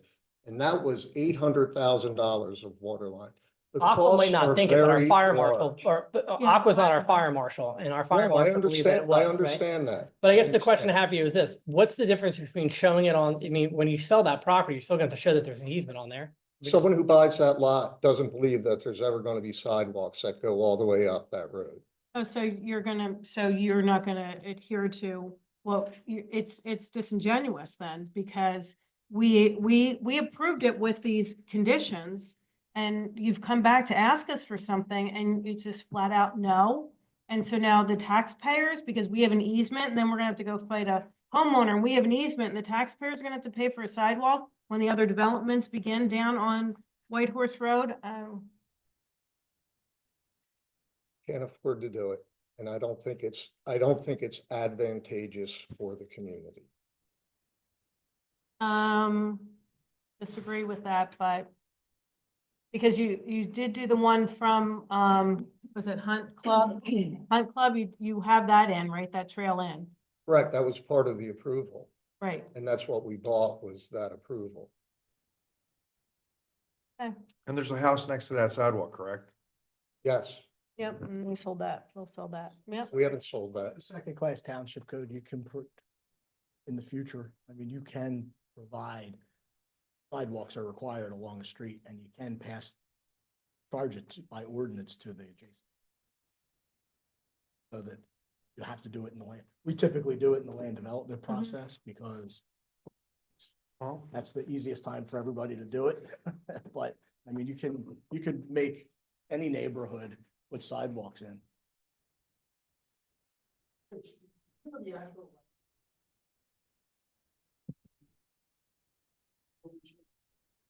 I know we went through this, and I know everyone agreed that maybe That's what it was. reading that easement, that section, at least, of why everyone agreed to just putting. It was the cost, because of the cost of the, No, I mean, what does it say? Because Mr. Nolan misrepresented himself as being the developer of that property when he had it sold to your client already. Okay, so that's the bottom line. And you're asking for relief, and we're asking you to help us out and put the sidewalk in, and you don't want to do it. A de minimis cost because you say it's going to devalue the property, okay? Well, then just live with the design you have on the engineering and build it that way. So I don't think you're gonna get approval tonight based off of that, just so you know. Rich, I don't know if there's anything else you want to add to this, but there's not gonna be, an approved waiver. there's 4 of us and they're not gonna go through, so. You need I mean, everybody in here tonight was talking about trails. Everybody in town talks about trails and connectivity. And yeah, Or today, put a today, sidewalk yeah, in, Boron's that's going putting a trail in behind their building. And a sidewalk Yeah. that goes nowhere. So again, it might not happen for 20 years, might happen for 50 years, but it's there.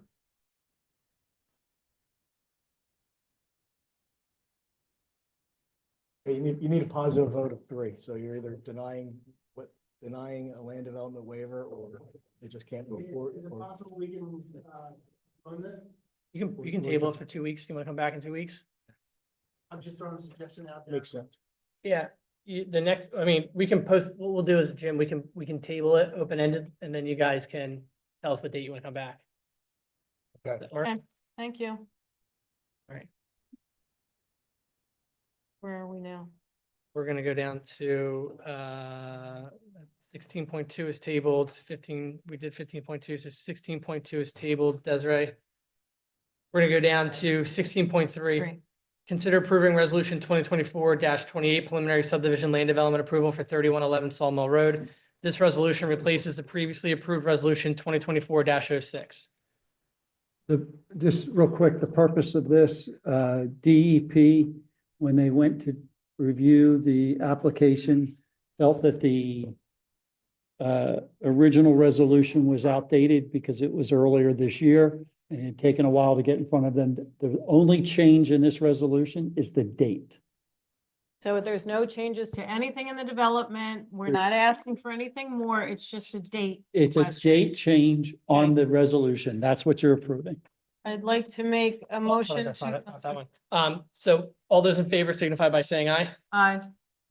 Oh, we didn't even make a motion. We didn't make a motion. Yeah, I made the motion because I was told I don't need to read the whole resolution, so I made the motion to approve resolution 2024-28, resolution preliminary subdivision land development approval for 3111 Sawmill Road. This resolution replaces the previously approved resolution 2024-06. You need a second. Without change.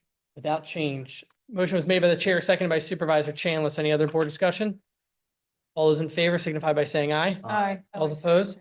Motion carries. 16.4, can we get a motion approving resolution 2024-29, designation of agent for DR-4506- COVID-19 grant? Supervisor Robert Lyckout. I'd like to make a motion to approve resolution 2024-29, designation of agent resolution for 4506 DRPA. Whereas the Township of Newtown, Delaware County desires to obtain financial assistance from the Pennsylvania Emergency Management Agency, FEMA, in a response to the COVID-19 pandemic.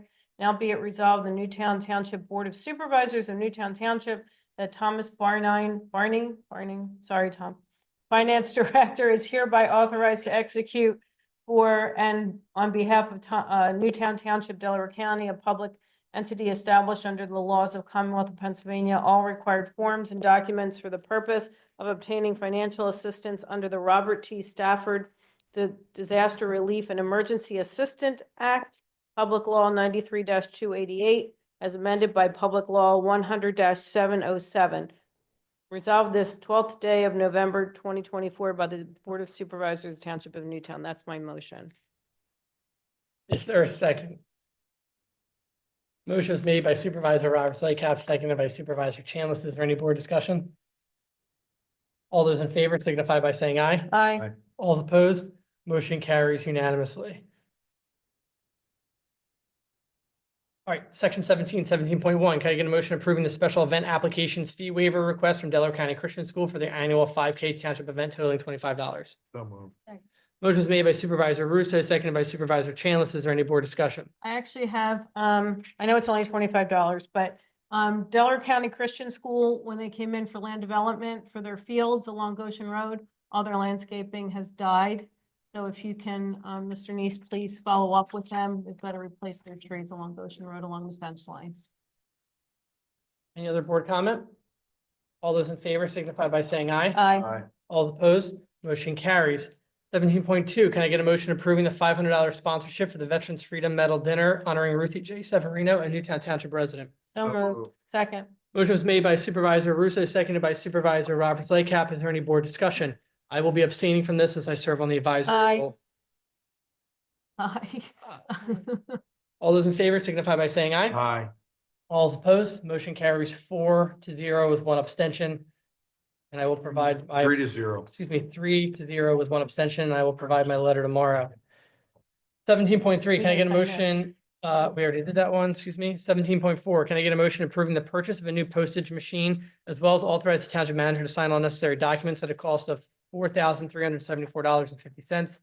Purchase has been mandated by the United States Postal Service.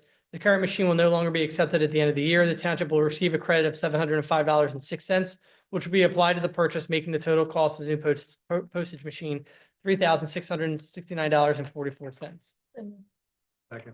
Motion was made by Supervisor Chandler, seconded by Supervisor Russo. Is there any board discussion? All those in favor signify by saying aye. Aye. All opposed, motion carries. 17.5, can I get a motion approving the proposal from CM3 to repair and recommission the existing Public Works Building VRF system HVAC for a total estimated cost of $27,773. It is recommended to include an anticipated repair allowance of $12,500 to address items found during the project for a total estimated budget of $40,273. So moved. Motion was made by Supervisor Roberts Lightcap, seconded by Supervisor Chandler. Is there any board discussion? Steve, what does this all just redone when the building was redone? This is over in the Public Works Building. Currently have no heat in that building because the system that was in there, there's a leak in the system, and this is to address that leak that's in the system that all the. So this is just for the upstairs offices? No, this is for the Public Works Building. No, just for the upstairs office or the garage too? This is just for the garage. So we had radiant heat for the garage. We do, but there's a part of the system has, I don't know if it's Freon or something in the system that's used for heating and cooling. I'll call There's George a- tomorrow. This just seems like a lot of money for a building that's brand new. It, I mean, VRF systems are not designed, they're a Rolls Royce of HVAC system. I just had this discussion this morning at breakfast with the guy from Train. To spend $40,000 on a building we just built 3 or 4 years ago was crazy. Very. well, currently we have no heat and no air conditioning in that building. That's the reason why it's before. Well, give him some of the heat in here. All those All right, any other, do you want to vote on this tonight, Mike, or do you want to? Yeah. They need heat. Neat Alright. paper. All those in favor signify by saying aye. Aye. All those opposed, motion carries. 17.6, can I get a motion approving the proposal from CM3 for scanning and locating services on the geothermal underground piping and minimum HVAC BAS upgrades at a cost not to exceed $9,519. So moved. Motion was made by Supervisor Roberts Lycap, seconded by Supervisor Chandler. Is there any board discussion? All those in favor signify by saying aye. Aye. All those opposed, motion carries. 17.7, can I get a motion approving the fee waiver for all permits associated with the roof replacement projects at the paper mill house and township buildings? So moved. Second. Motion was made by Supervisor Roberts Lycap, seconded by Supervisor Chandler. Is there any board discussion? All those in favor signify by saying aye. Aye. All those opposed, motion carries. 17.8 has been pulled. 17.9, can I get a motion authorizing the advertisement for bids relative to the Upper St. Albans Stormwater Management Project? Motion is made by Supervisor Russo, seconded by Supervisor Chandler. Is there any board discussion? All those in favor signify by saying aye. Aye. All those opposed, motion carries. 17.10, can I get a motion authorizing staff to engage the engineer to create an official map based on the parcels recommended by the Trails and Greenways Committee as the official township map and send it to the county and township's planning commissions, as well as authorize the advertisement of this map for board consideration? Motion was made by Supervisor Chandler, seconded by Supervisor Russo. Is there any board discussion? All those in favor signify by saying aye. Aye. All those opposed, motion carries. 17.11, can I get a motion approving the cost of ongoing maintenance of the improvements that PennDOT is doing at the intersection of Sawmill Road and Route 252? These are the deflectors? This is, they're Oh, doing some upgrades to Yes. the intersection there that include painting, symbols on the ground, as well as signs and reflectors that will be added in that area. And so typically PennDOT maintains straight paint, and anything that's like an arrow that we go this way or that way becomes township responsibility. And then signs, PennDOT, once they put it up, they tell us it belongs to us. Because this is an ongoing So what- cost, What is the cost? I don't know. I How can we approve that? mean, it's basically you're approving taking on the maintenance of those things that get put in. Well, we don't I have a mean, choice, right? if nothing, if the sign doesn't get knocked down, there's no cost to it. You're just assuming the responsibility. We're just, So, well, I mean, I think the theory would be that if you, And that won't give you the approval. that if there's an accident, they may say, well, we wanted to do these things, but the township wouldn't approve them, so.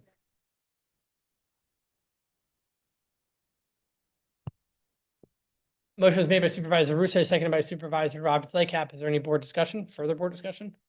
All those in favor signify by saying aye. Aye. All those opposed, motion carries. 17.12, Mr. Neese. So, yes, I want to present to you the budget for 2025. My intent was originally to put it on the screen. We now have a temporary, I say temporary, I've lost connection to Zoom. Because I've lost connection to Zoom, I can't put it on the screen and at the same time keep the meeting recorded. And so I'm going to not put it on the screen, talk it through. You have documents that we put in front of you, and that's how I'm going to present. So the 2025 proposed budget, just so you know, the 2025 proposed budget was put together by staff with the input from each department, boards, commissions, and committees, as well as the groups that serve the township, like the fire department, the library, those kind of things. The 2025 budget was also put together keeping in mind the comprehensive strategic plan. We're forefront of all the budget planning. And the revenues for the proposed 2025 budget currently stand at 11,317,000 $11,317,315. This is prior to using any fund balance or millage changes. Expenses, Steve, real quick, and I apologize, I think you said this, you're having, you can't display this because you're having technical issues, correct? yeah, that's Okay, I correct. just If wanted to I make sure were that was to, clear. if I were to display, we would lose the recording Got it. that's going on for this document, is assuming of obviously that you approve advertising tonight, this document would become available to the Understood. public. and I we just could wanted to make sure it's- everybody knew why it wasn't on the screen. Yeah, that is the only reason. Though for the record, there are, no one Yeah. here in the public. I just Yeah. wanted for those watching online. All right. Okay. The expenses are currently sitting at $12,541,033. It's recommended that we use fund balance to cover $385,000, which was the increase in the pension plan during the 2-year cycle that we had for the evaluation of the pension plan. It's also recommended that we use $60,000 of fund balance to cover the strategic plan and the comprehensive plan consultant, which is as part of the expenses for 2025. It is, this budget would also include an increased millage rate from 1.8835 to 1.9777, which is equal to 0.00942 mils, or about 10 cents on $1,000 of assessment. The township would be able to collect an additional $347,738 in real estate taxes if that millage was assessed on the current assessment of $3,728,777. I'm sorry, $3,728,777,920. It would still leave a gap of $530,000 in as a gap. This budget includes increases in estimated wages, benefits increase for employees of all departments. It also includes health insurance increase of 6.5%. The only other personnel change really isn't a change, but we had stated in 2024 that we intended to add back in the custodial position. That custodial position was not added in to the 2025 budget. In interest of time and the lateness of the hour, everything else that's kind of in this document is pretty straightforward and pretty clear. I'm going to jump down quite a few of the slides down to slide, down to slide 49, which the township, which the Board of Supervisors might be interested. Slide 49 is the balance projection for the general fund. The balance as of the end of 12/31/2023 was $6,924,000 and some change. Based on the projected revenue and expenses for 2024, it will temporarily go up to 7.7 million, and then the budgeted expenses of 2025 and expenses could take it back down to 6.46 million.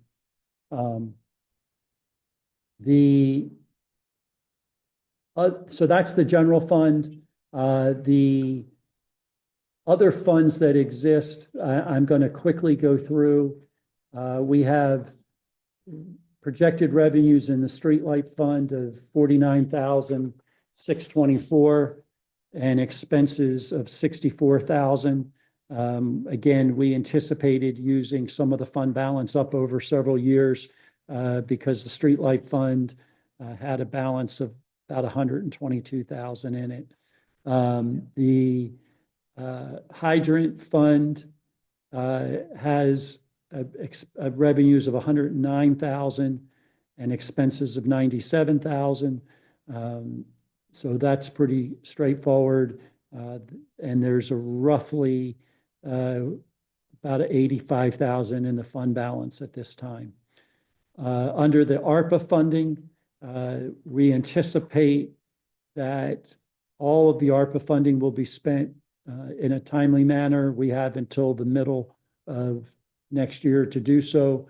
And we have roughly, I anticipate we'll have roughly about 837,000 left at the end of this year to be able to spend on projects that we're looking at. And we currently have 2 projects that are out to bid that would be looked at doing those, that would be looked at using those funds. That fund balance, which is started at the beginning of the year, was 1.3 million. We had several projects throughout the year. And then we believe that fund balance will be 0 at the end of 2025. The next fund is your 2016 note related to the borrowing we did for a road program. That money is actually going to be used to pay for part of the St. Albans Circle upgrades that we did, and that fund will be 0 at the end of 2024. The next one is the GO bonds of 2016 that were used for the renovation. We had roughly $68,000 left. Those monies will be spent also this year towards the roof project on this building. The war on drugs revenue and expenses, revenue is anticipated to be about $600 in interest, expenses about $6,000, and that would be for bulletproof vests for the officers that we upgrade every year. Under your, and that fund balance is anticipated, or currently is about 26,000, anticipated to be at the end of 2024, end of 2025, about 21,000. The police donations fund, we're anticipating about 1,200 in interest and about 2,000 in expenses. And that fund should end 2025 with roughly 57,000 in it. Open space fund currently has about 154,000 in it, and anticipate spending that in 2025 as we work on the Greer Park project, and we'll use the money in that way. We will leave $100 in that account to keep that account open as we have other projects that come through that provide monies to the open space fund. Under the capital fund revenue, we're anticipating revenue of roughly about 179 in interest. We would also recognize roughly $1 million in revenue from grants. And then there would be transfer of monies of about 800,000, as we mentioned before, related to the ARPA funding, and those dollars, along with the use of fund balance, is anticipated of using about $8 million for capital projects. The big capital projects that we have that are very large, one is related to the fire department. We need to order the replacement rescue truck, I believe it is, which is 1.4 million roughly at this time. There is a project to look at some traffic control devices with a grant, and then there's an expense on our side of about $30,000. And then the public works staff would be replacing the 350 pickup, or not pickup, utility truck that was purchased in 2015. And also under capital is finishing up the roads and sidewalk, or the sidewalk program. That's 250,000. The street program, which is the repaving of roads, we've set aside roughly $1 million for that. And then under the stormwater slash park improvement area, there's about 3.2 million. And that all comes down to the total of that 8 million that I was mentioning. There's a few other projects in there as well.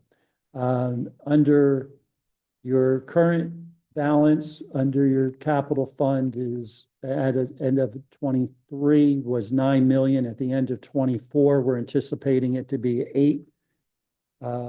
With the revenues and the expenses, we anticipate the balance at the end of 2025 would roughly be about $1.9 million.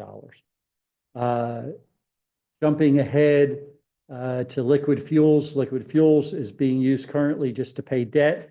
We anticipate roughly 456,000 in revenue and 511 in expenses. The remaining balance would be using fund balance. Currently, the fund balance, we think at the end of 2024 will be 161 roughly. We will end in 2025 with 106,000. Stormwater, we anticipate about 20,000 in interest and about $21,000 in expenses regarding inspections next year. And that will take us to have a fund balance of roughly 295,000 to help cover ongoing stormwater expenses. That's your budget presentation, kind of as quickly as I possibly could get through dealing with all of the different funds. Thank you, Mr. Neese. And tonight's purpose is that we're voting to advertise it with a target date of final approval on the 8th or the 9th of December, correct? That is correct.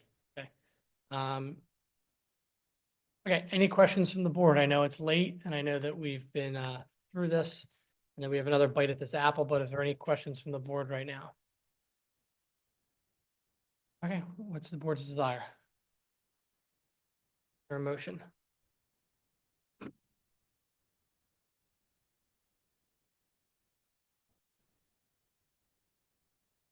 To advertise. I'd like to make a motion to advertise, to approve the advertisement of the proposed 2025 budget. Second. Motion was made by Supervisor Robert Lightcap, seconded by Supervisor Russo. Is there any board discussion? I just want to point out that we're only voting to advertise and that's not indicating that I or anybody else would approve the budget as advertised here. And hopefully we can continue to work on that to get that bring that more in line. Yep. Agree wholeheartedly. Yep. All's in favor to advertise, signify by saying aye. Aye. All's opposed, motion carries. There is no board comment. There are no members of the public present. This meeting is adjourned. Thank you, everyone.